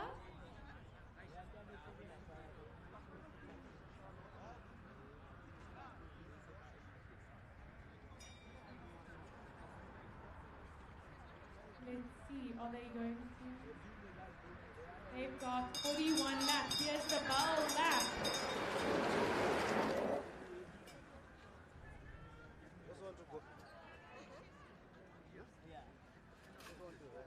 Kelsey van Spoor right on the top there, doing some, making sure all the ladies are awake. It looks like I see a little bit of a kick from Victoria and Danny. They are going to the front. They're going to battle it out for the first sprint. Yes, it looks like Victoria wants this point. Victoria Besta is going to take the first point. Then Danny, then Kelsey. It looked like Chantal Olympique got the full set of points. Oh, we'll see what the officials say. That was quite a close sprint there for 4th position. Still, Victoria's leading. Danny's on a wheel. Kelsey van Spoor from Customized Cycling sitting there on 3rd wheel. Elisa Giancino in the red and blue. Chantal Olivier just above her in the continental colors. Lenel Engelbrecht there in the Positive Sports Solution kit as well. Let's see what the girls will do. Will there be any counter attacks or breakaways? We have got Amber Hindmarch and Mackenzie Pedro in the kinetic colors, red and blue stripes. Maralies Rola and Val Scheppel in the LPCC colors. Bontle from the Soweto Cycling Foundation with her white disc is struggling to keep up with the ladies' pace today. They are on fire. It has been fast, positive and aggressive racing. Bontle, who is new to track cycling, has done very well considering how long she's been involved with the sport. Back to the ladies in the front. We've got Linnell there in the front next to Victoria Besta in the blue. Kelsey van Spoor just next to Elisa Giancino. We've got Sonique van der Walt in the Absolute Motion colors. It's the orange and blue kit there at the bottom. Bontle trying to catch up, trying to see if she can close that gap. She does not want to be lapped in the points race because then she will lose 20 points. Remember, riders can gain 20 points by taking a lap, but you can also lose 20 points by losing the lap.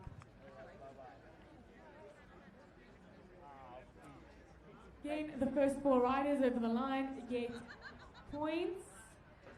5, 3, 2, and 1, and the last sprint is a double.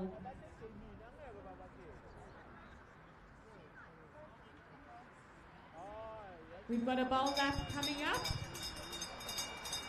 Linnell is leading it. 3:01.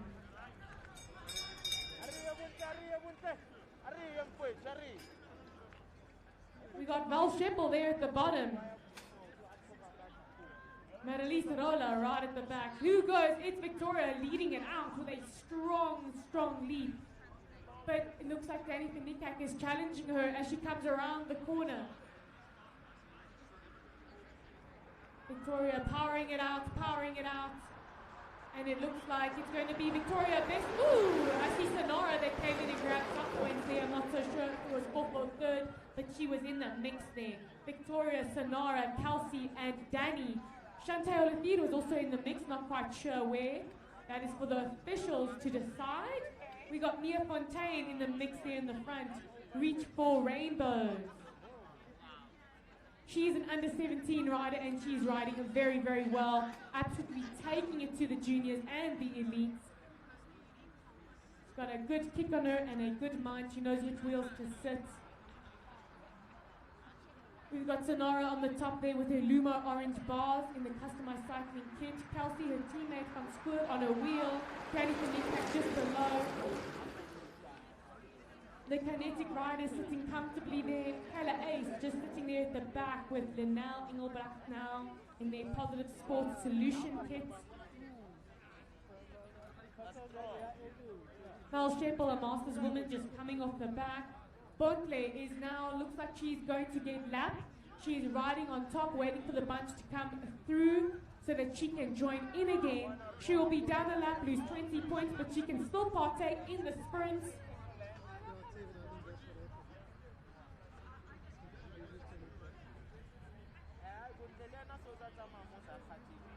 35 laps to go. Ladies watching each other. We got Sonique van der Walt there, Absolute Motion. We got Reach for Rainbows, LPCC, Positive Sports Solution. We got Neutral Kit. And we've got Bicycle Service Company, ridden by Elisa Giantino, master woman riding in the elite category. It looks like Gerrit Skeepers is okay from the previous crash of the Masters men. He's up and walking away from the medical tent. It's good to see that he's up and all right. Back to the racing.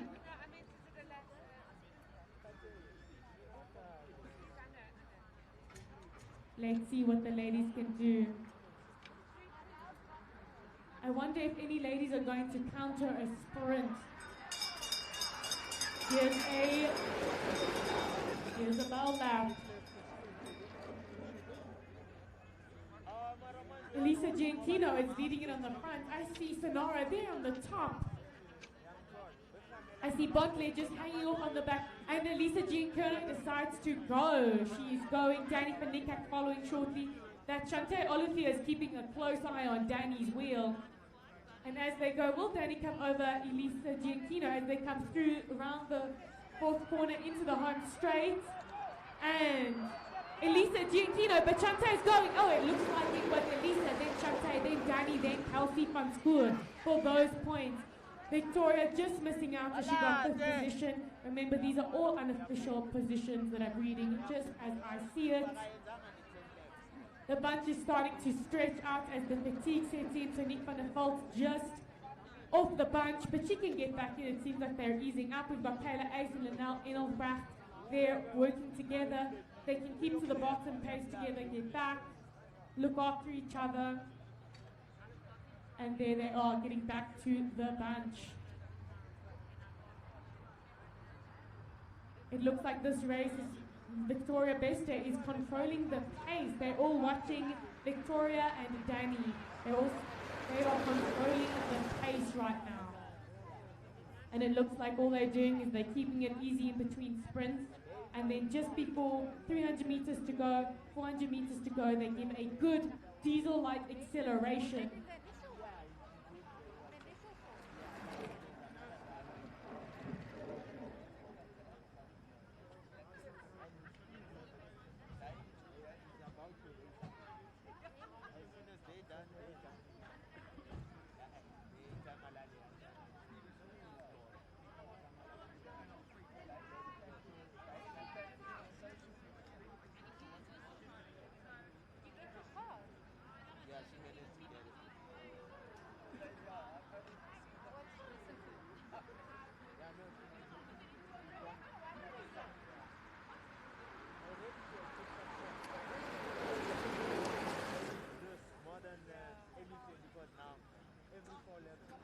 The ladies are watching each other with 50 laps to go. They're watching each other. Something that happens often with the women's racing, it becomes very tactical. They're not always that aggressive. Sometimes they like to check each other out, see who's going to go, leave it to the last second. And it can become very much, I guess, match sprint-like, waiting for the sprint to go.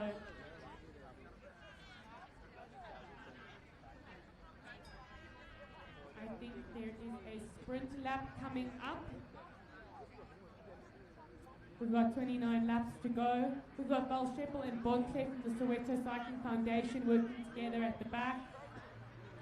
Victoria Bester still leading it up, and Lenka from Cycle Fit is also there in the front now trying to show some colours. I see acceleration from Sonara Grove with Mia Fontaine on a wheel. Sonara goes long. She's getting a bit of a gap. Elisa Gianchino is she is responding. She wants to close that gap with Victoria closely on her wheel.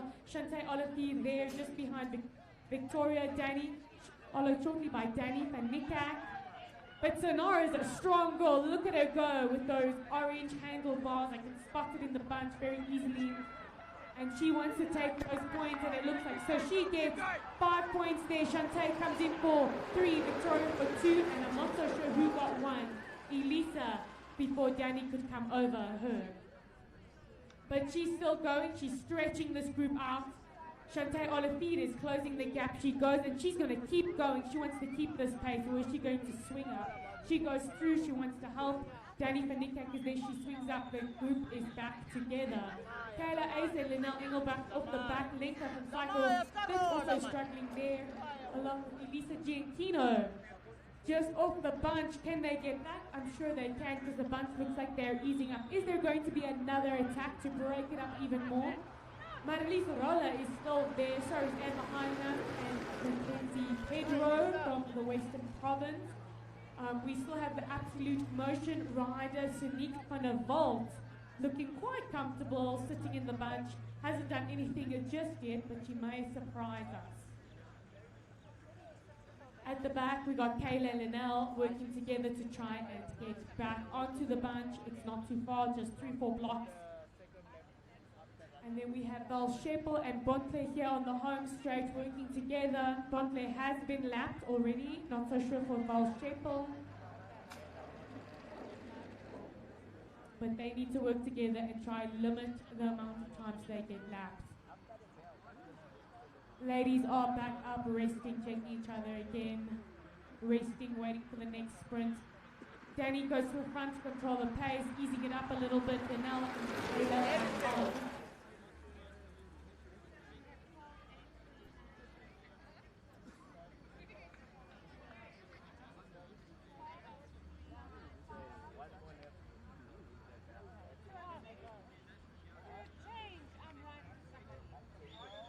there seems to be a kick from Danny van Niekerk. Victoria Bester following shortly then by Shantae. And Sonara, they're not letting anything get away, not these ladies. They know that if either Danny or Victoria get a gap, and even Sonara, they can stay away. So they are reacting to every move. They are not letting anyone get away. Here comes the ball lap, and Sonara goes off from the front, and the high march is responding, trying to get onto Shantae's wheel. But it looks like Shantae hasn't quite committed and forcing Danny Nikak to go wide. And Sonara's got the gap. It's going to take a lot of work. Ooh, interesting. If the bunch catch Val and Bontley, well, they're going to lap them now. Sonara is coming through onto the home straight, and she's confidently going to take this lap. She gets 5 points. Let's see who takes. And it's going to be Danny, Fan, Nikak, Shantae, then Amber, and then I saw Kelsey and Victoria crossing the line respectfully. It looks like they're easing up. Well, Sonara's still got her head down. Danny's like, no, you can't ease up. We've got to close this gap. She keeps going. Shantae still on her wheel. Then Victoria. And behind March there in fourth wheel from Kinetic Cycling. Looks like I see Kelsey there on fifth wheel, just behind and behind March. Mia Fontaine is also there in the line. Sonara is giving it a good go, but she is getting close. They're working together to close that gap. Sonara wanted to break away. We'll see, there's still a gap. They still need to close. Victoria going through.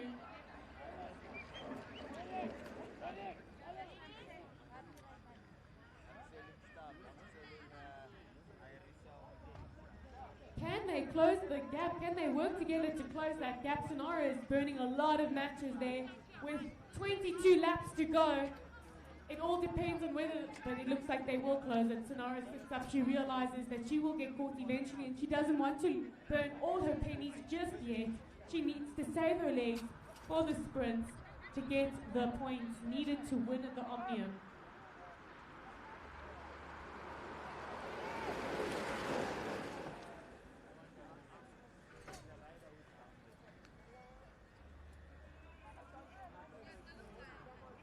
I see Marilise Rolla there in the front.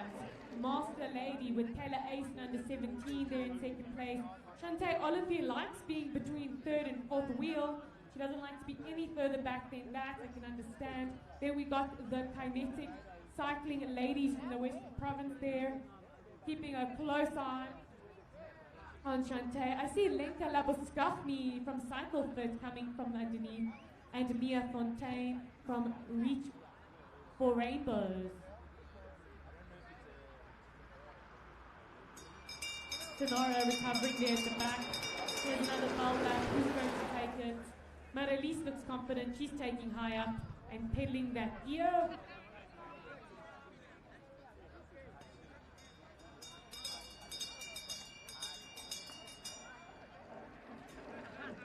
They're watching each other as they cross the pursuit line. Who is going to attack? Danny van Nikak's there in the front. She gives a little bit of acceleration. Shantae Olivier is responding to every move. Will she come over Danny van Nikak? As they come into the home straight, it doesn't look like she's being challenged. Oh no, she is being challenged. Shantae wants these points. Is she going to take it? Shantae takes 5. Danny then. Amber takes 2 points there, with Mackenzie Pedro taking the 1 point. It was Shantae, Danny, Amber and Mackenzie. Sorry, my mind went blank there for a moment. Shantae is putting on quite a hard pace there. She's getting a gap. She's stretching the ladies out. And the ladies cannot follow. Or have not followed. I'm not so sure. It's quite hard there on the track. Sometimes you think, why are they not following the move? But it's quite hard on your legs. Shantae Olivier looking very comfortable, very, very comfortable. Sonara chasing them down with Danny on a wheel, then Amber, then Mackenzie, then Kelsey. Mia Fontaine just off that main group, with Victoria Bester following closely behind. Elisa Gianchino there in the red and blue in the second group. Shantae Olivier did a good attack there. She counted then, kept it going, stretched. Now no one wants to work as they all go up, and no one wants to work to catch her. Sonara's done enough work. She's like, I've already worked enough. She goes up. And Shantae is getting a good gap, a very good gap. And she's just come back from Junior World. So she is on 4. We got the customized cycling girls there in the front trying to close down the gap. Elisa Gianchino is there. We've got, I see, Amber, Mark is also in the mix there. Now they eat up again. No one wants to commit to work. And you must remember, without the commitment, no one's going to catch Shantae, especially with that gap. There goes Danny. She's trying to get them to go, trying to get the speed up. But all they're doing is follow. It's Danny. I see Kelsey, then I see Amber. Behind that, Sonara. They're leaving it all up to Danny Fanikak to close that gap. Kelsey's following Amber's on Kelsey's wheel. Sonara on Amber's wheel. Then Victoria. Then Elisa Giantino. Marlies Rolla is in that bunch. The bunch just below, just off the second bunch, is made up of Lenka Labuskachny from Cycle Fit. Mackenzie Pedro. I see Mia Fontaine in that bunch as well. And Sonique van der Walt in the Absolute Motion colours. And Shantae Oliphine is crossing the line to take those points. And who's going to come in to take the second batch of points? It looks like Sonara's getting those, then Danny, then Kelsey. Those are the 4 points taken. They have to work if they want to catch Shantae. She has got a big gap on these ladies. And they're all riding for second place if they do not close that gap down. Shantae is doing a very gusty ride, especially with 15 laps still to go. Danny van Niekerk is back in the front, followed by, I believe, Kelsey van Squirrel on her accelerator wheel.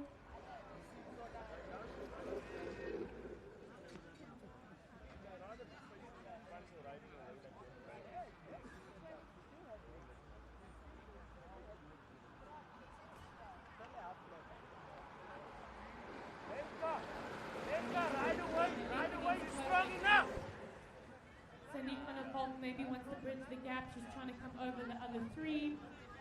Kayla Ace is here, just crossing the line. I think she's sucked up.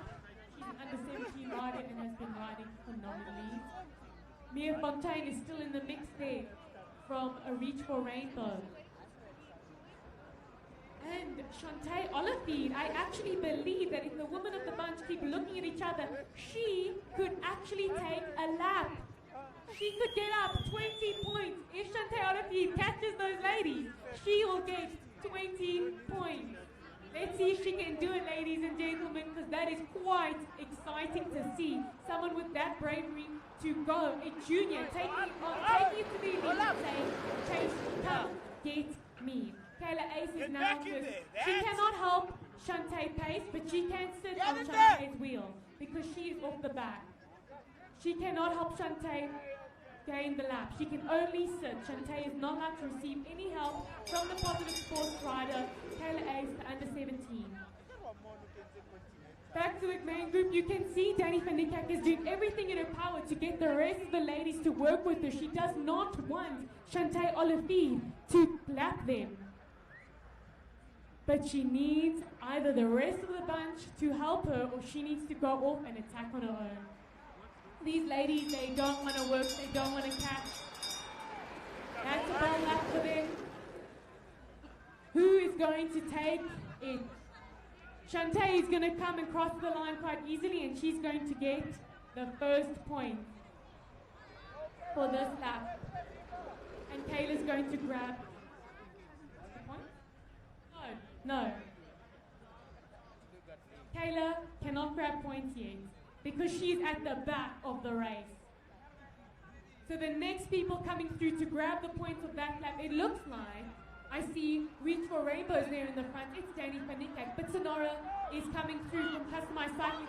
Customized Cycling takes it, and I could not see who got third and fourth there. But Sonara is finally putting the pace on. She's making it very hard, and the gap between Shantae and the group has grown. Shantae, she wants to close that gap. She can get 20 points. She gets back to the bunch. Back to the bunch, we got Sonara leading it out with Kelsey van Squirrel there. I see Lenka Labuskachny from Cycle Fit. She's struggled a little bit and she's off the back.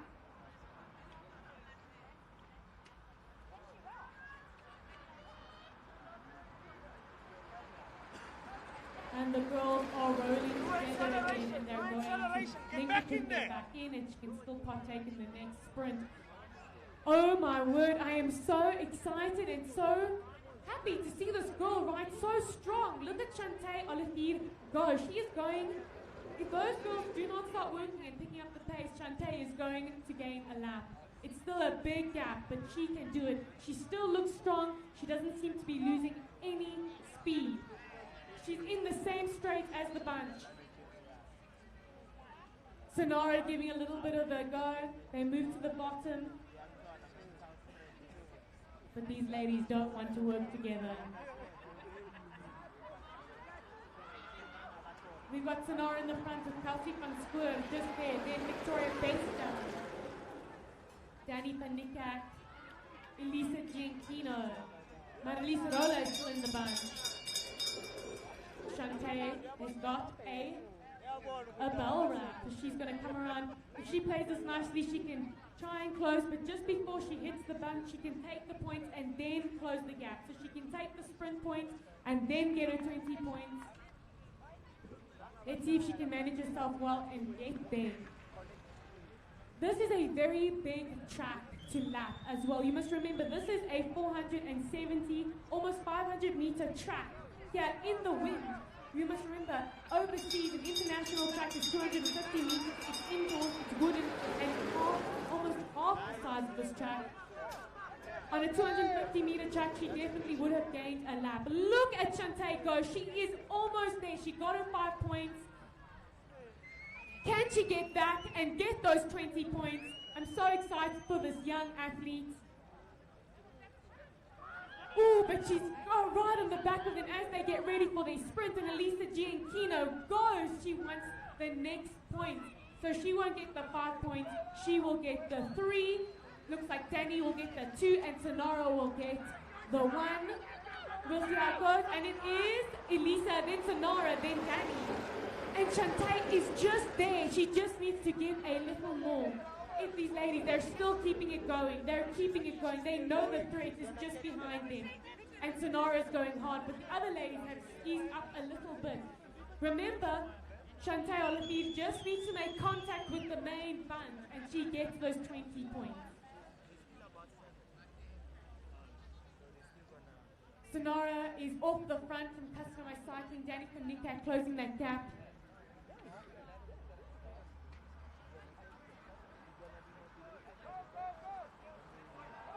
Look at that. She is so close to getting these 20 points. So close. And there's a little bit of a kick from Kelsey, it seems, and Amber following through by Mia Fontaine, and then by Mackenzie Pedro.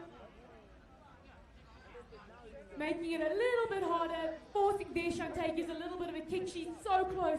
She's there. And all the commissaires, I'm waiting for the commissaires to let me know she's made contact. And she's made contact. Chantay Olivier has just gained a lap on a 470 meter outdoor track. She is back in the bunch, and now she can start with 6 laps to go.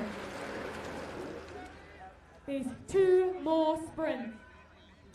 2 more sprints left of this points race, and Chantay Olivier has just taken a lap.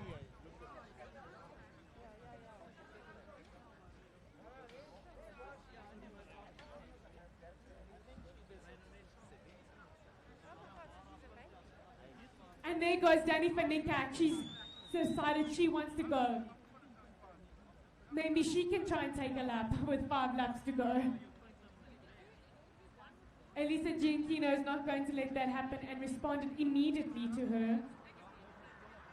With Sonara on their wheel. There's the bell lap for them. Second last bell lap before the last lap, which will be double points. Danny is powering through. Ladies and gentlemen, you don't realize how hard it is out there, especially when the wind is blowing on this outdoor track. It feels like a light breeze to us, but when you're pushing those gears and just done so many sprints, your legs are burning, you just want to go fast, you hit the 200 meter line, and all you can think about is accelerate to the finish line. We've got Danny Vaninka coming through on the home straight, Elisa Gianchino closing, running into the tunnel. Will she come through and over Danny? what will happen. It looks like Elisa Giancino is in the front now, and Kelsey van Schoot takes second there. Then it looks between Victoria Bester or Danny. Not entirely sure. We will have to see what the officials think of them. We have 3 laps left to go. And then it will be a double points. Remember, double points is 10 points, 8 points, 6 and 4.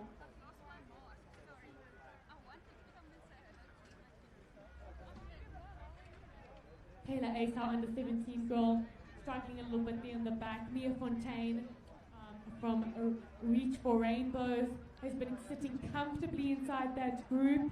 Hasn't been in too much trouble. She's just been sitting there, minding her own, making sure she's there. Elisa Giancino leading her right now. Kelsey van Schoot from Customized Cycling. And behind Martin Mackenzie Pedro from Kinetic Cycling. They're in the bunch as well. Let's see if they can get the last sprint.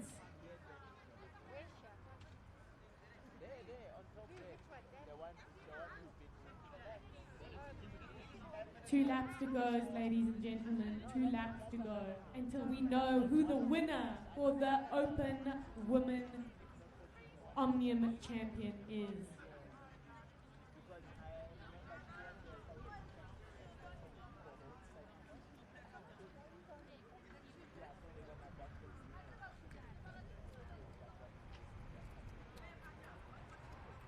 Ladies looking at each other. This is a big sprint lap coming up.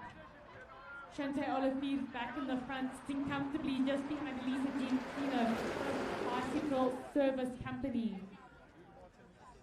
Lenka Labuschagne from CycleFit sitting up high.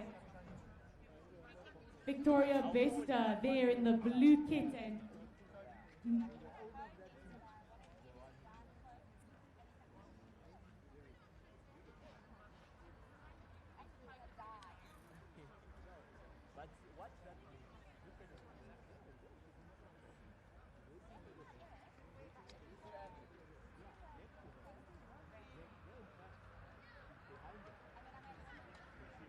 and they're going to get the last bell lap. Who's it going to be? Who's going to go early? We got Sonique there at the back, and it looks like Sonara's going early with 400 and something meters to go. She went from the front. No one's... Victoria Best is trying to chase, but it looks like Chantal Olivier's got the leg. She comes over Victoria, and she goes, and she's going to try and close that gap on Sonara. What is happening? I also see Mia Fontaine there from Reach for Rainbows there in third with Kelsey on her wheel. But Sonara is coming through like a powerhouse, and she's going to take it. And she gets 10 points for her. Then Chantal Lafitte, and then Kelsey van Schoot and Mia Fontaine. An under 17 girl there coming in fourth. Well done, ladies. What a gusty ride. I'm so impressed with Chantal Lafitte taking that lap on this big track. Sonara and even Danny van Niekerk from taking it from the front all the time. What exciting racing from the ladies.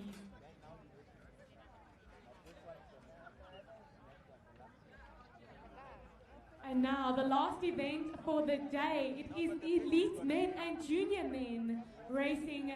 They have got 51 laps. Ladies and gentlemen, I promise you this is going to be fast and exciting for sure.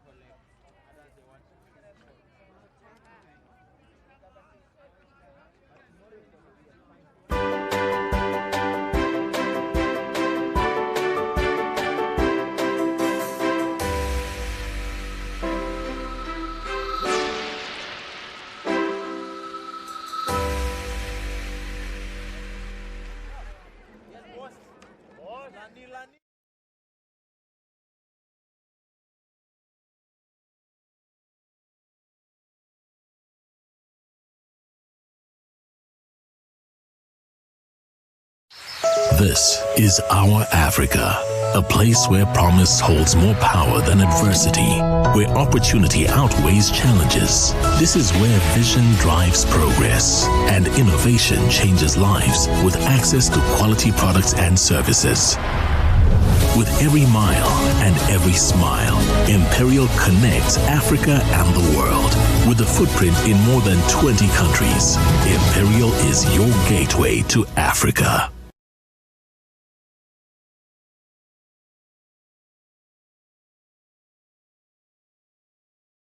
With green detail.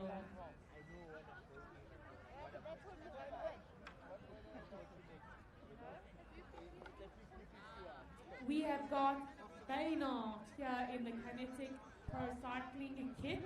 This red and blue. He's definitely been showing his feathers today. Looks like he's still fresh. Looks like he's going to give the boys a run for their money. We've got Flavio in the TEG white kit there next to David Murray. Then we've got the boys from Character Through Cycling.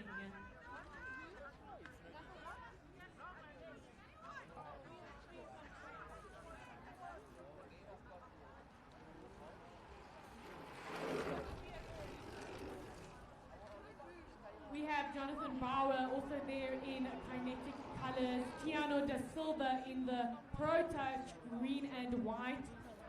We have Ricardo Broxham representing the honeycomb colors, along with his teammate Benedict. Where's Benedict on the track, also in honeycomb colors? Of course, we've got our Soweto Cycling Foundation riders. There's about 3 or 2 of them in the bunch today. We have a ride up lift riders. Josh Dyke, he is a junior and he has been riding, taking it to the elites as well. Definitely there in the mix with them. Matthew Lester in the pink kit, he has withdrawn. He was in a crash earlier and could not continue. So we will not be seeing his pink kit on the track.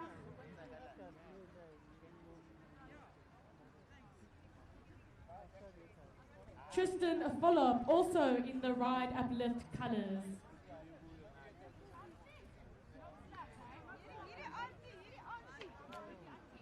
Here's Josh Dyke on the home straight with his junior red colors.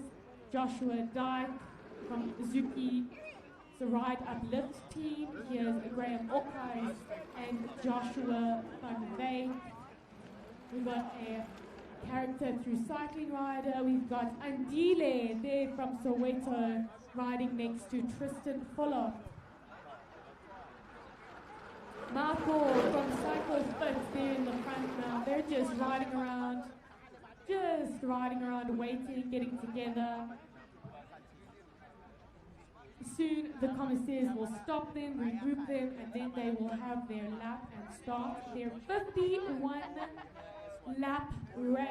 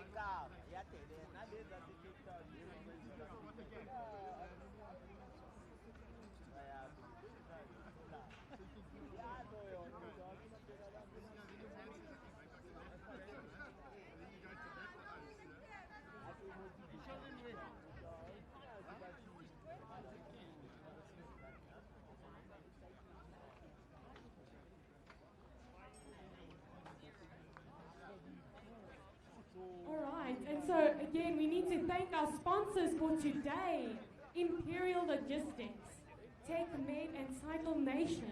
Without them, we would not have this live stream event of our South African National Omnium Championships.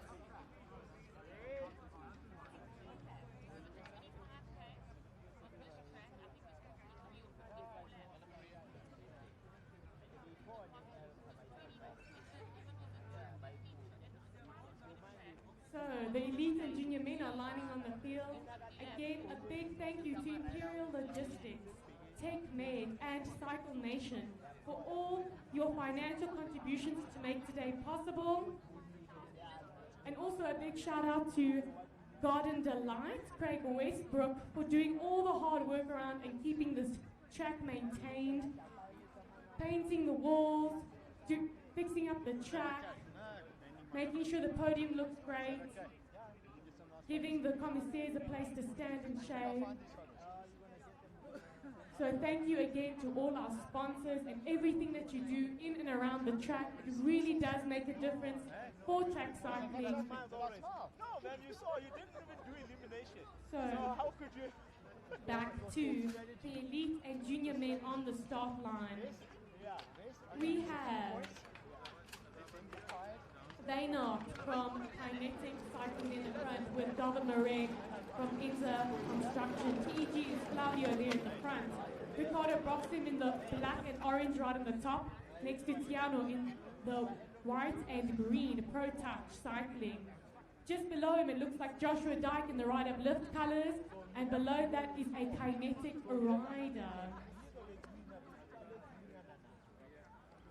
We also have Graham O'Case in that beautiful yellow and red security, all four security team. We've got Alex Goodham, Carl Bronthase, and Shanton Appearance busy showcasing the character through cycling kit. That is the turquoise kit. A very beautiful colour that they chose.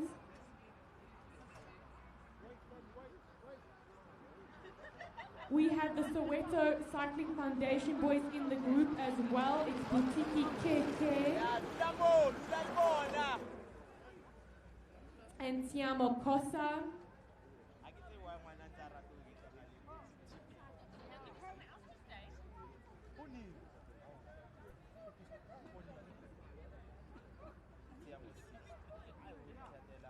Okay, so helping me now is going to be Eddie Rolla. He's going to be helping me and reading the points out for the elite and junior men. As he types it in, he will be giving, I guess for now, the unofficial results from the officials stand. How exciting we can keep tabs on who's who in the zoo and where they are in the bunch. They're still rolling around. They've got one lap to go before they blow the whistle to start. Last lap. Ricardo Broxham, Tiano De Silva, Reynard and David there in the front. Tristan Fuller there in the Ride Uplift colours, followed shortly by the Kinetic Pro cyclist, which is Jonathan Bauer. And there is another one. And Jason Brankes.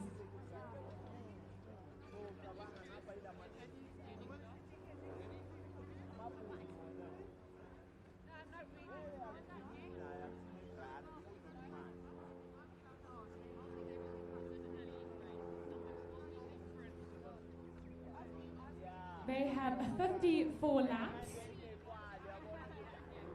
in their points race. Sprint every 4 laps.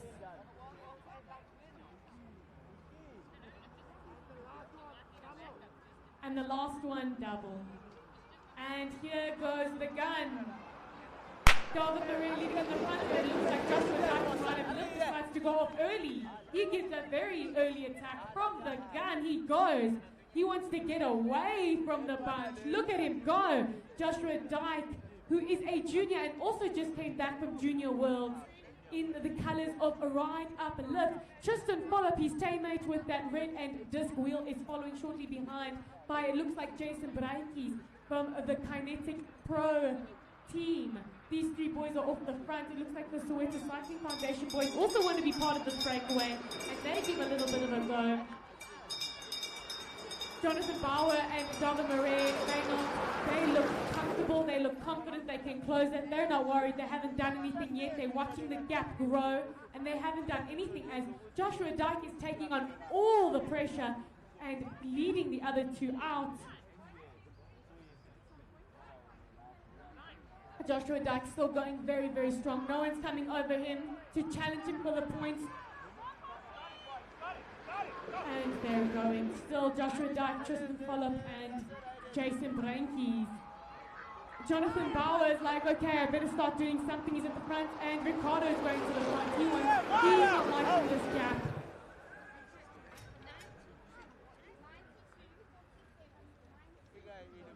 They're finally working together. They know they better close that gap. They can't let them get too far. And there goes Tiano from Pro Touch Cycling. He gives a good acceleration. He wants to get to these three boys. Maybe if he can get there, he can help. And Ricardo Broxham's like, no, can't go. He's following with David Murray shortly. Oh no, I mean Joshua. There on his wheel.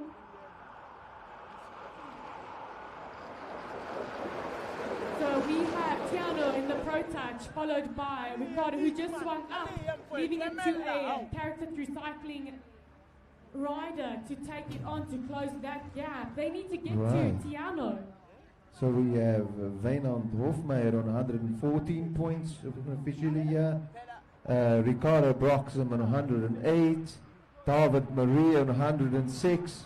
Joshua van Wyk also on 106. We got Flavio Winchelslau on 88. Carl Bontes on 86. Tihana da Silva on 80. Jonathan Bauer on 79. And Tiano has finally closed that gap. He's bridged it to the other three, which is Joshua, Tristan, and Jason Brankies. I see Steven van Heerden leading the other bunch. They're going to close that gap soon. I can see it. They're working together. They can't let them get away too far. And here's the ball lap, and Tiano is taking it. Who's going to take it? You can see the bunch. Tiano is leading it with Joshua Dyke on his wheel. The bunch swings up, and I see David Murray. He wants to get there. He needs to partake in some of these points. He cannot let it go. I think Tiano is there in the front. I don't know who's going to challenge him, but I see Jason Brankies from Kinetic Pro. He wants to come over, he wants to get it. And it looks like there's Joshua Dyke gets it, and then Jason Brankies followed by Tiano, and then David Murray. Tristan Follop coming in fifth there. The bunch still needs to close them down. What exciting racing. Please remember that Joshua Dyke is still a junior. So is Jason Brankies in a Kinetic Pro Cycling. There goes David Murray. He's given a little bit of attack. Joshua hasn't managed to follow. Neither has the other riders. So David Murray from Enza Construction is leading this race on his DeRosa bike. Tiano trying to close it with the two juniors on his wheel, Jason Brankies and Joshua Dyke. Bunch going quite fast. They need to close this gap. There goes Ricardo Broxham giving a little bit of a kick. He wants to close that gap. We've got, I'm guessing, I think, Jonathan Bauer just on his wheel. Rider from Kinetic Pro. They need to close that gap. David Murray is still leading with quite a big gap, but they're not letting him get away. You can see they're working hard with Flavio Vengelo from TEG. Now, just there with Ricardo following his wheel closely. Joshua there in fifth wheel if you're counting David Murray. So David off the front, then we've got, I assume a Kinetic Pro rider, I think it's Wynand. Then we've got Flavio from TEG, Ricardo Broxham from Honeycomb, and Josh van Wyk from Enza. He swings down to the bottom, they follow him. And there's a sprint lap. And Dile is struggling, he is getting a lap by the group. There they get the belt. There's Stephen van Heerden just coming crossing over the line. Jonathan Bauer along with Tristan Fulop from Ride Up Lift. David Marais is soloing this on his own there in the front with a massive gap. I see Joshua Dyke, he's giving it his all there in the front. I see CTC coming over him to take the next points. There's CTC, then Ricardo, then Joshua, and then Flavio. Followed by two Kinetic Pro riders. Stephen van Heerden crossing the line here with Tristan Fulop, Jonathan Bauer, and Butiki from Soweto Cycling Foundation.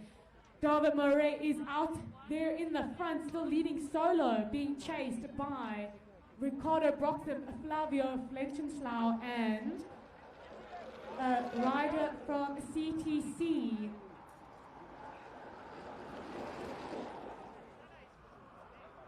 I believe it's Carl Bontes from representing the CTC colours. Joshua van Dijk with there's Veynon on his wheel and Tiano there in third. They're following. They need to fight to get that. They need to bridge the gap towards those three to get to David.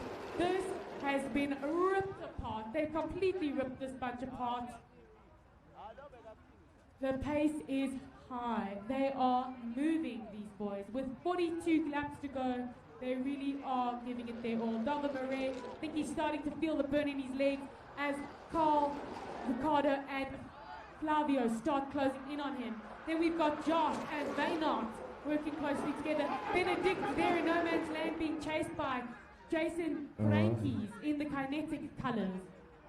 Right, so we still got Veynon Hofmeyer first in 114 points, Ricardo on 110, David Marais is still on 112, Josh van Wyk is now on 106, Flavio on 88, Carl Bontes on 89.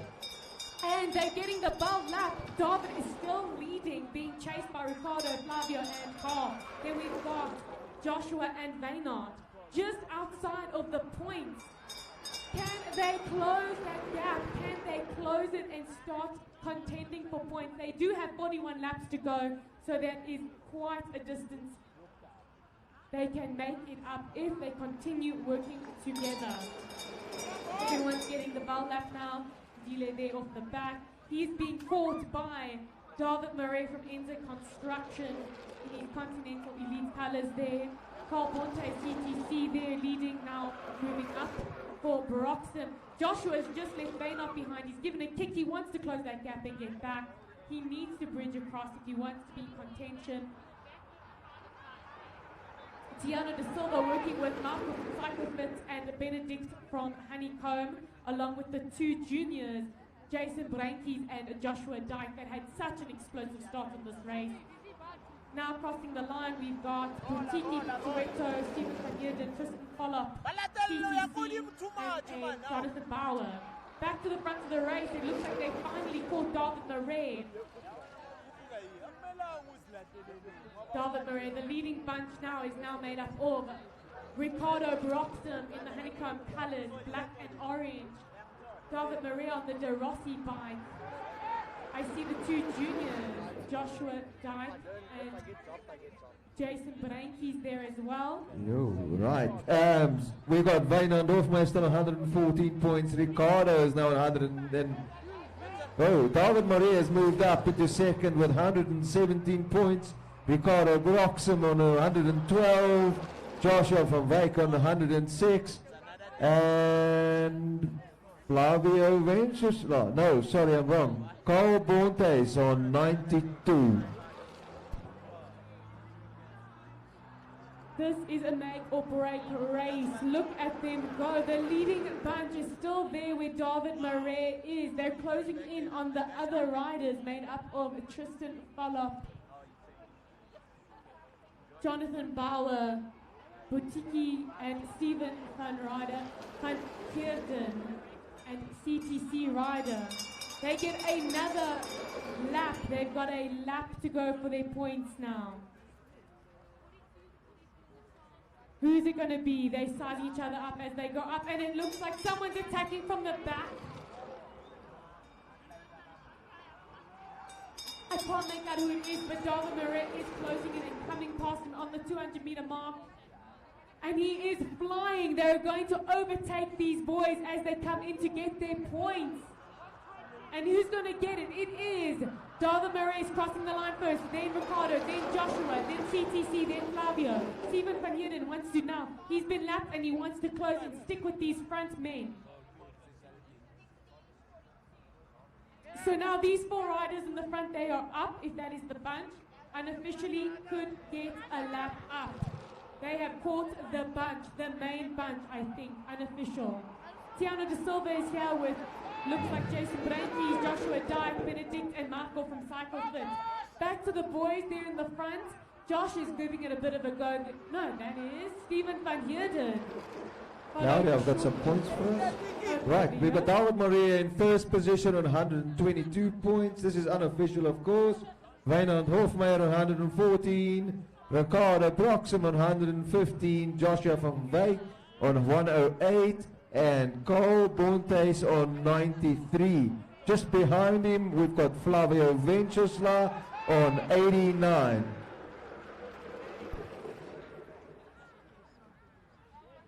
This race has been split and brought together. Some riders have been lapped, some have gained. We got Flavio there in the front in the TEG colours, white and green. He moves up and lets Josh take the lead. That is now the leading bunch, and they are coming close to catch the other bunch just behind them, or just in front of them, behind them but in front of them. Made up of Tiano, Wynand, Jason Brankies, Joshua Dyke, Mark Wall from Cycle Fit, and Benedict from Honeycomb.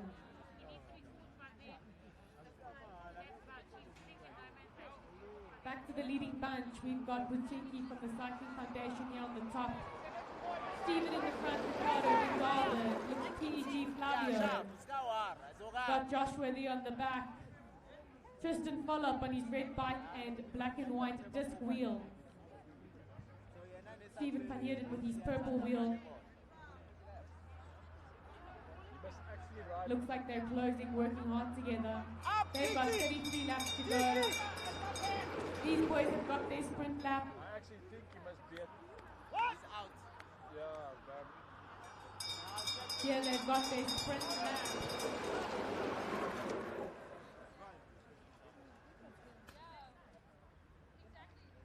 I see David Murray leading it out, followed by Flavio sitting on his wheel.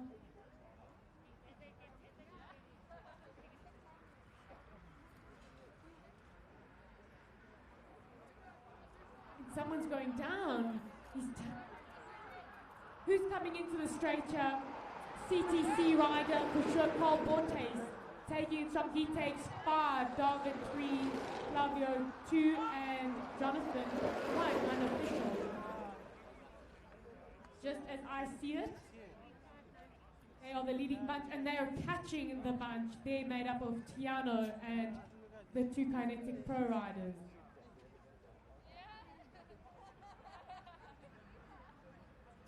Right in the spawn, right now, David Maria on 142, Ricardo Proxim on 135, Joshua van Wyk on 128, Wynand Hofmeyer on 119, Cole Bontes 113, Flavio Ventusla on 109.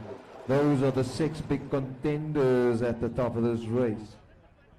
And now it looks like they are going, some riders are going to lose a lap as these guys, or some riders gain a lap as they catch the other bunch. The leading bunch has caught the other bunch and they've all come back together. We just have Jonathan Bauer and Stephen Van Heerden just off the back, along with Cole Bontes. But now everyone has come back together, so the points have shifted again. There goes Flavio, TEG, attacking off the front. Jonathan Bauer just off the back. Here is Stephen Van Heerden and a CTC rider, I believe is Cole Bontes.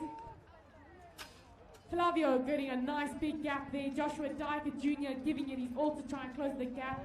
It looks like Jason Brankies there in the Kinetic Pro colors there, following his wheel. They move up there, let Enza, Joshua take the lead. They all move up.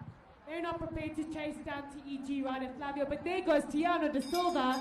He's giving it his all as they get the points, the bell lap. Tiano's going with Carl Bontes just there. Or a CTC rider. Alex Gotham could be.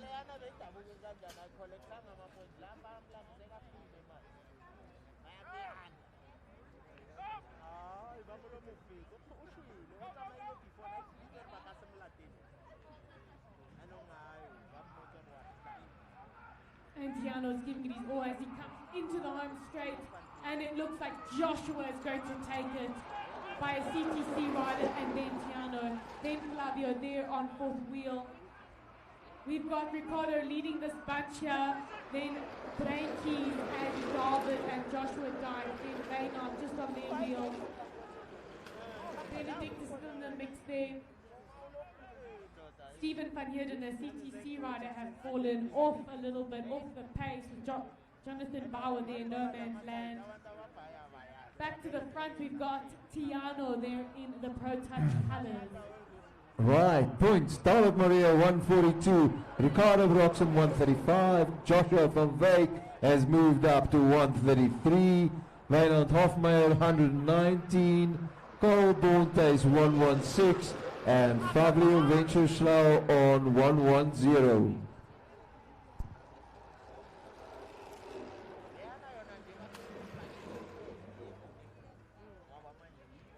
So these boys are spreading it thin. They've got 26 laps left of this points race before the Omnium champion can be announced. We have got Josh van Wyk, Tiano, and a CTC rider there in the front. I can't quite see his number. It's Carl Bontes there in the front. Carl Bontes, Tiano da Silva, and Josh van Wyk in the Enza colours. They're leading the race at the moment. Which means here with Stephen van Heerden, we've got another CTC rider. I believe that is then Alex Gutham. These three boys are working quite well together as they get the next bell for their points lap. So there's the 3 points, and then here we've got Vaynard, Jason, Joshua Dyke, David Murray, Ricardo Broxham, and Flavio. Then we've got Benedict and Marco getting the bell. Now Jonathan Bauer and Tristan Follop getting the bell. Here comes Gutham and Stephen getting the bell. Back to the front, we see coming in to get the points. Who's it going to be? Joshua looks like he's going to take it. Yes, Joshua, then Tiano and Carl Bontes. Who's going to get that 1 point? It looks like David's fighting for that 1 point. And David got it. What a sprint, even for 8 points, between David and Ricardo from Honeycomb. Marco, Benedict, and Jonathan crossing the line, followed by Tristan. Now back to the front of the race, where it's Tiano in his Pro Touch colours, Carl Bontes from CTC, Joshua from Enza Construction, and I see Gutham and Stephen have joined the front of the race. Right, at points, David Maria still 143 points. Joshua van Wyk has moved up into second position, 138 points. Ricardo Broxham in third, 135. Wynand Hofmeyer, 119. Carl Bontes, 118. And Flavio Ventureslau, 110.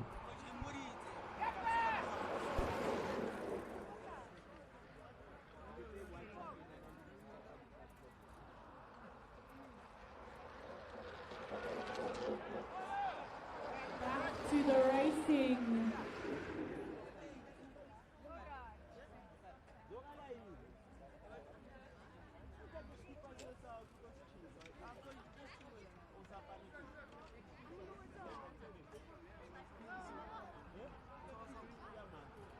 Darvin Murray, I think he's leading the race. No, who's leading the race? It is Joshua. Joshua is leading the race with Tiano, Carl Bontes, and Stephen, who has been lapped, is back there. Over here we got Darvin Murray fighting hard to get onto the leader's wheels. Here's Guthan. Then we've got Flavio, Ricardo, and Vaynard from Kinetic Cycling. Jason Brankies and Joshua Dyke, the two juniors, still hanging on for dear life there and giving quite a performance. I see Tristan Follop coming around into the home straight with his black and white disc wheel, followed closely by Marco Abrahams. We see Joshua giving a cool gas with Tiano on his wheel and Carl Ponte still there. Stephen Van Heel struggling and letting the gap go. Darvin Morelli's De Rossi bike is fighting to get back. I'm not quite sure where he is in the race. He's in no man's land, fighting on his own.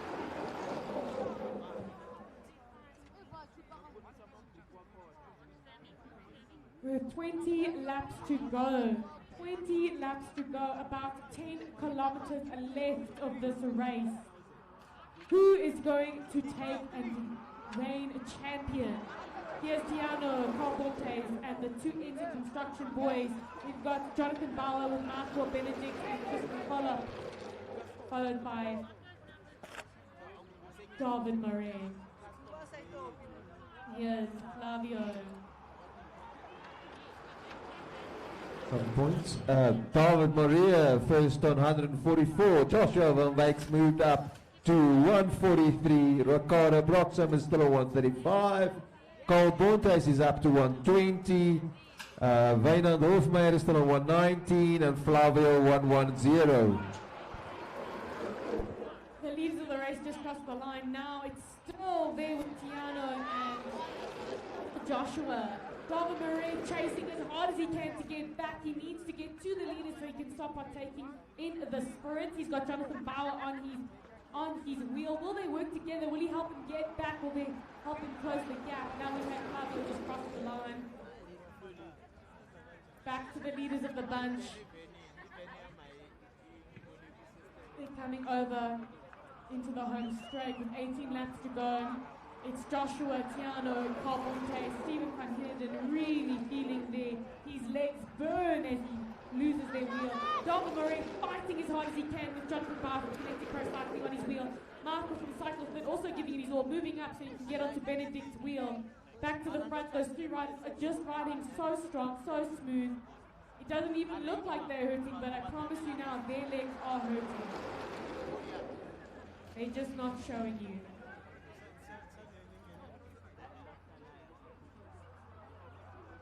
Darvin Murray and Jonathan Bauer working quite nicely together. They need to get back to the leaders of the bunch that can partake in the sprint.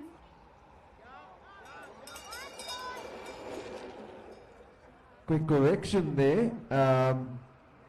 Number 1 and number 2 are equal. Darvin Murray and Josh Van Wyk are equal, 143 points. We missed that Stephen was back in the bunch.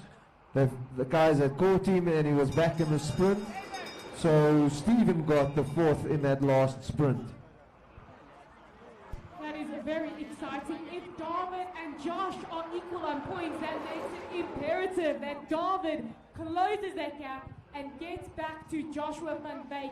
He needs the help from Kinetic Pro Cycling, Jonathan Bauer, if he wants to close that gap. And that makes it even more urgent for Joshua to ride even harder. He does not want Darvin to come back. He can get as many points. He could win this. Darvin needs to give it his all. He needs to get back if he wants to partake and win this race. We have Tiano and Carl Bontes with Joshua here now crossing the line. Joshua, who's in equal standings with Darvin Murray, that's coming over into the home straight now with Jonathan Bauer from Kinetic Pro Cycling. Back onto we see Ricardo Broxham closing a gap there.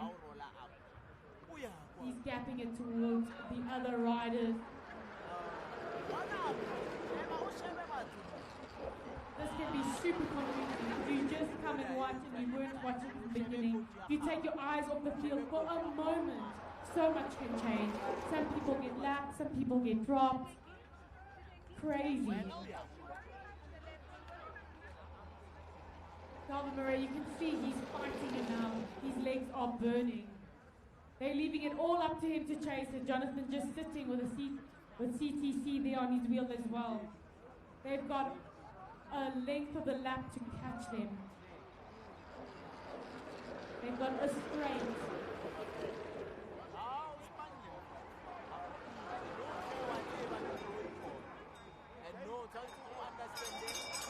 So the lap gets the bell for a points lap. Will Joshua Darwin Murray gets the bell lap with Jonathan and CTC.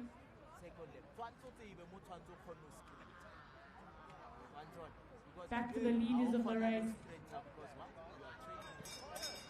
Ricardo's getting the bell lap. Then Stephen Van Heerden, they get the ball lap. And here come the leaders, and who's going to get it? Joshua, then Tiano, and then CTC, Carl Bortes, and Flavio getting the 4th points there, so 1 point for him. Dom Murray still chasing like mad, no points as he crosses the line. With Jonathan and Carl Bortes.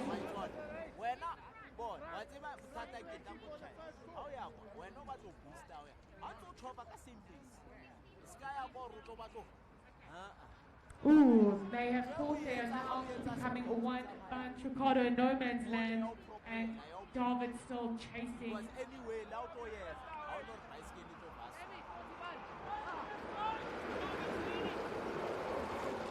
So now David Murray is leading because they put the main bunch. That becomes one bunch, and now David is leading.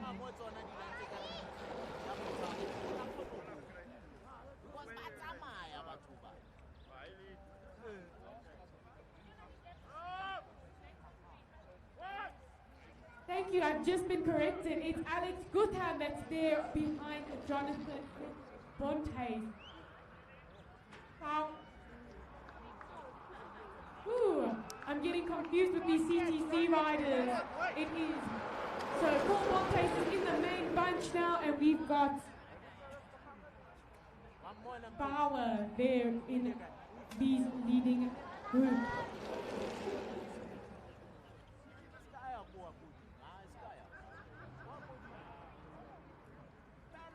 Alex Gutham. So in the front we have Darwin Murray still leading the race with Jonathan Bauer and Alex Gutham there on his wheel. Then Ricardo there in no man's land trying to bridge the gap to the leaders. Into the main bunch is Carl Bortes.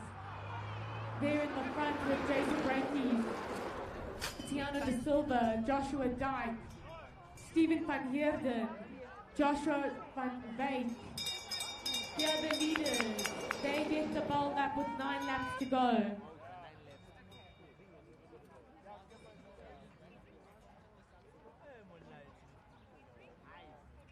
Right. Lots of laps taken all over the place. Josh Van Wyk, 163 points. David Maria, 144. Carl Bontes, 140. Ricardo Broxham, 135. Wynand Hoffman, 119. Tiano De Silva coming up into the rankings with 112. And Flavio Ventusla on 110.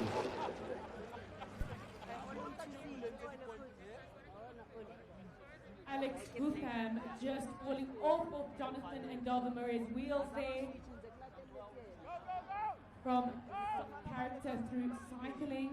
It looks like Darwin Murray is going to catch, he really wants to catch this bunch, but they have accelerated away from him. Oh my goodness, and Josh gets those points, and followed by, I'm not so sure if it was Tiano or Jason Branke.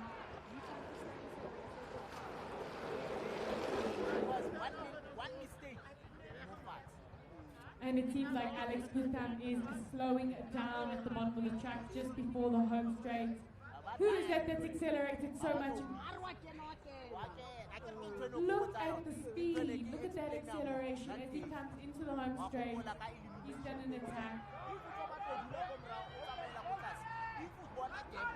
That's Carl Bontes from Character Through Cycling that did such a good acceleration away from the bunch. Flavio following, trying to catch and close. Tiano De Silva right there. Josh is like, no, come over Tiano. He wants to take it. He leads him, trying to chase Flavio so they can catch Carl Bontes from CTC. Flavio swings up so he can get onto Josh's wheel. We've got 7 laps left. 6 laps left now. 6 laps. Carl Bontes leading the race.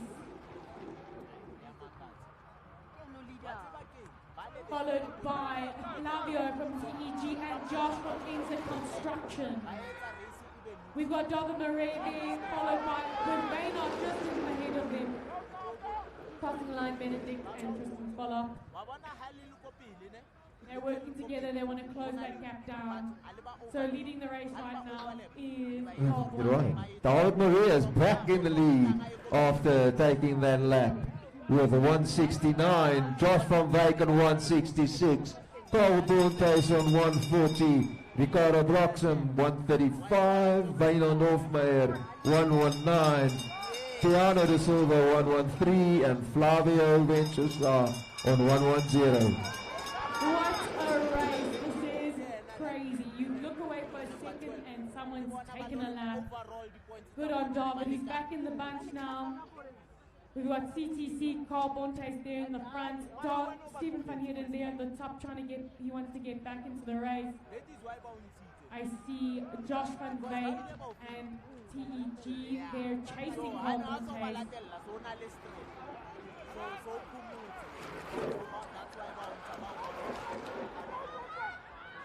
And David is between David and Brock. I'm not so sure who got that one there.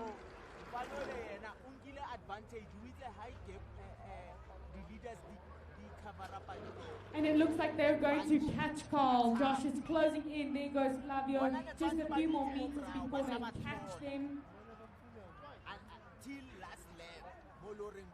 And then close the gap to Carl Bontes. The leaders are now Carl, Josh, and Flavio.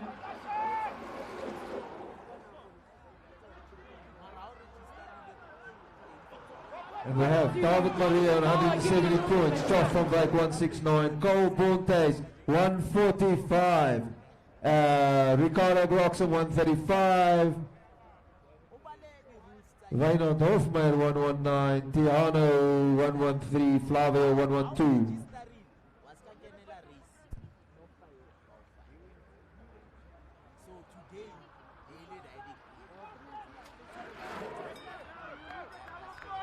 And the last lap, double points.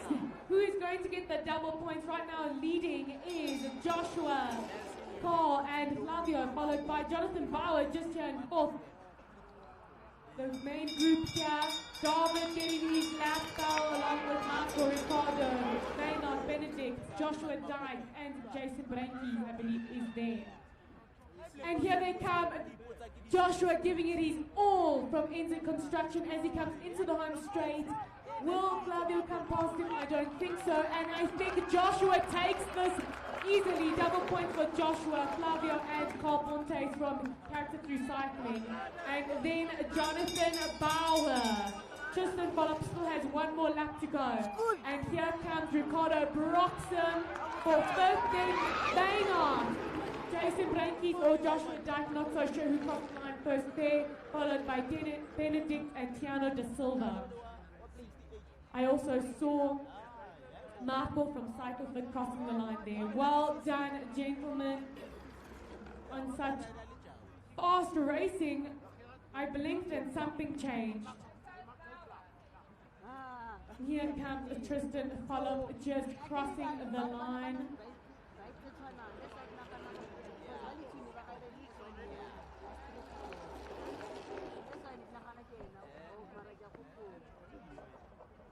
We're just going to have to double check all these points here, make sure I've captured what the officials have captured. It's never 100% the same.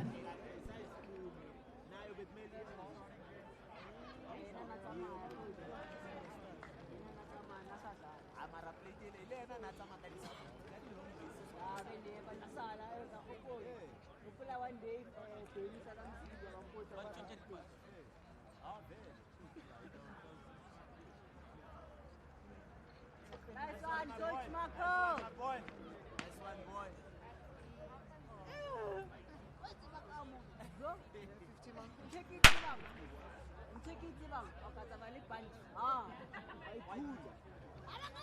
Right, the plan was to have prize giving within 20 minutes. We believe we'll be able to do that. Let's try and do that.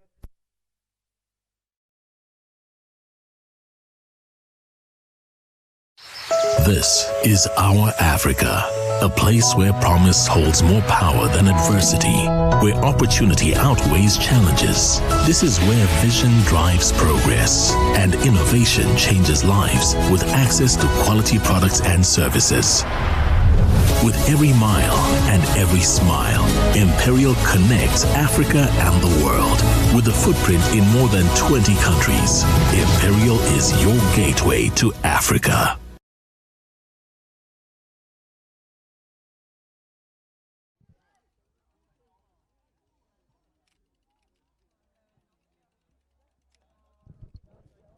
Check 1 2.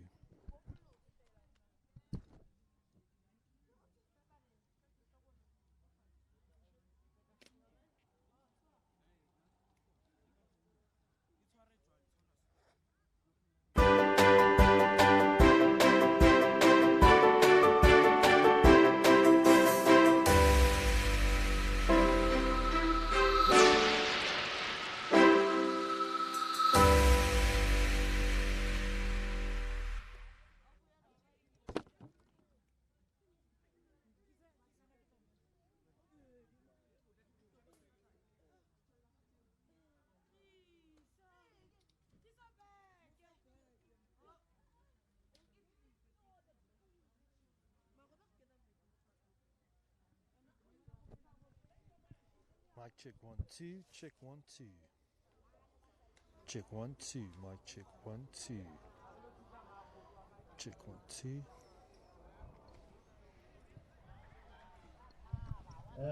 Ladies and gentlemen, can I just have your attention, please?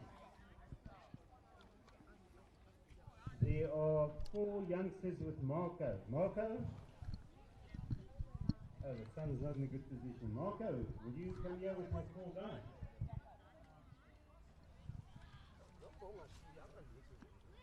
We have a very old tradition which we used to do in the past here at Hector Norris Park, and that was helping deserving riders. And we have got 5 riders that are going to Belgium for a month. They've been invited to go and train and race there, thanks to the unbelievable efforts here of Marco.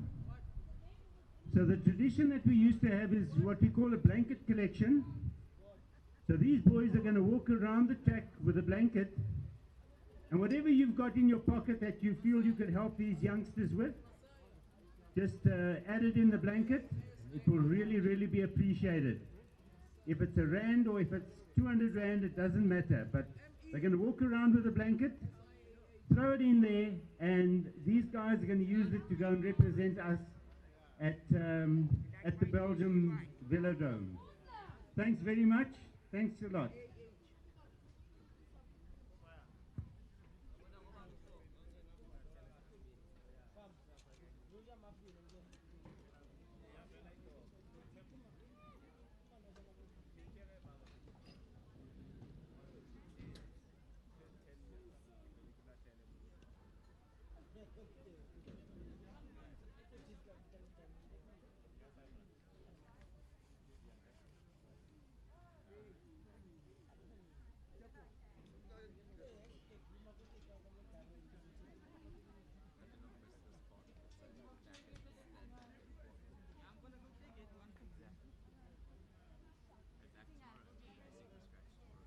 Ladies and gentlemen, we've got boys with a red checkered tablecloth. They are raising money to go to Belgium. If you have something for them, please throw money into their cloth so that they can go to Belgium and race. Support these young boys. They want to go overseas and they want to race.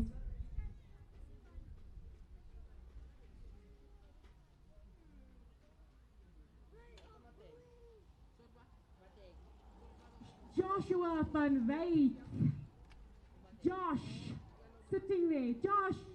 Joshua van Wyk and Shantae Olivier, we would like to have a word with you.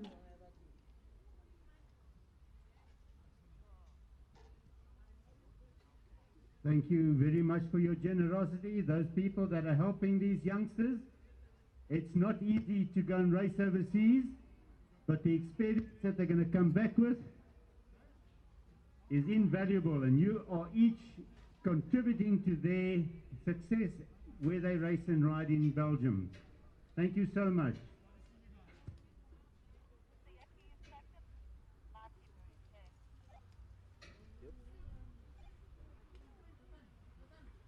Do you want to listen? Do you want to do a sound check?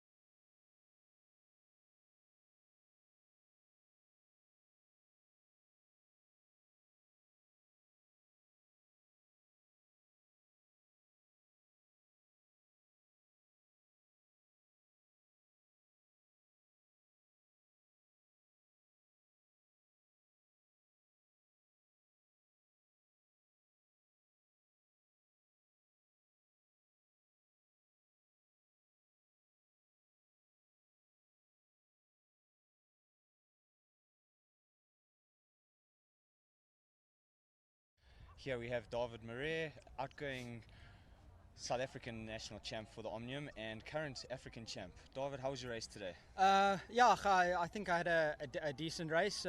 I'm really happy with my performance. Having some time off of the bike after the Olympics was, I think, good for my mind. I came here today with not really a lot of pressure on myself, but yeah, I had a really good race. Obviously, being a little bit of a marked man in most of the races. But yeah, I think I still delivered the goods. I'm not sure where I finished yet. It was a little bit of chaos out there, but yeah, well done to everyone that raced. It was a tough competition today. You can see there's a lot of guys, their levels, the levels picking up. But yeah, hopefully we can see guys more with doing a little bit more racing, putting the effort in, racing smart, racing hard, and really trying to improve all of our games. And racing with the juniors adds a little bit of a different dynamic for the elite men. Explain what you're seeing out of the current crop of juniors. The juniors, I can see even from the under 17 boys, there are some extreme talents coming out of the ranks. I'm actually more impressed with them. I raced some of them last weekend with a little bit of prep for this, and they actually gave me some uphill. And I mean, those are 16-year-old boys. So hopefully they can bring it through. I know some of them are going to Europe, so definitely good luck to them. Really hope to see them excel. And yeah, from the junior boys, I think it's a good step for them, racing with us, seeing, and a lot of them were up front with us for most of the race. So yeah, definitely a lot of good talent out there. So yeah, hoping that they also excel and do well. And being at Hector Norris Park, obviously after your stint at the Olympics was almost a coming home. We know you've been off the bike, but just tell us a little bit about your Olympic experience. That was it's really undescribable. It was a really special experience. A little bit outclassed, but it's something to be expected. But yeah, there as well, I gave it my all. So I told people I could have done a little bit less of racing. At Tokyo, try to get a better placing, but at least I know for myself I gave it 110%, same as today. And yeah, I try and honestly almost live and race by that motto. If you give it 110%, don't hold anything back. And yeah, I tried it today. I'm sure a few people that watched would have seen. It's not fun to ride on your own, but I just couldn't catch the boys in the front. Awesome. Well done, Davy, and great riding. Cool. Thanks, Tim. Looking forward to seeing you soon. Cool. Thanks. Tomorrow.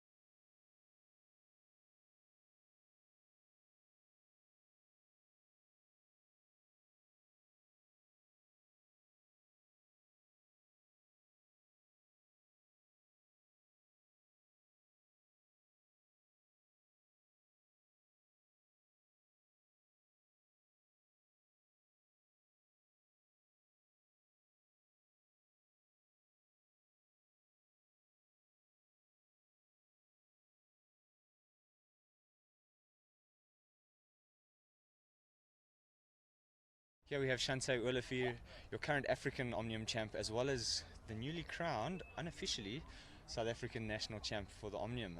Overall, however, she's still a junior. Shante, tell us about your race today. It was good. It was some hard racing, especially racing with the elite, but I'm very glad taking the win in the juniors, and also like just being able to race against the elite and showing my competitive against the elites and not just the juniors. Good preparation for the junior world road race and Patiti that will be taking place in the next 2 weeks. Awesome. And talking about that, obviously going over to Belgium, you're looking forward to that. Tell us about the team that you've got there and what your expectations are of the race. Well, we are a really good team. We are like four junior girls. It's one of the best teams that so far went to Road World. So I'm really looking forward to have like a good team behind me for racing and everything, a good support team and everything. And yeah, my expectation is, I don't really know yet, but I hope for some good results and stuff. Awesome. Thank you so much, Shante. All the best for World Champs, and we'll see you again soon. I appreciate it. Thank you so much. Thank you.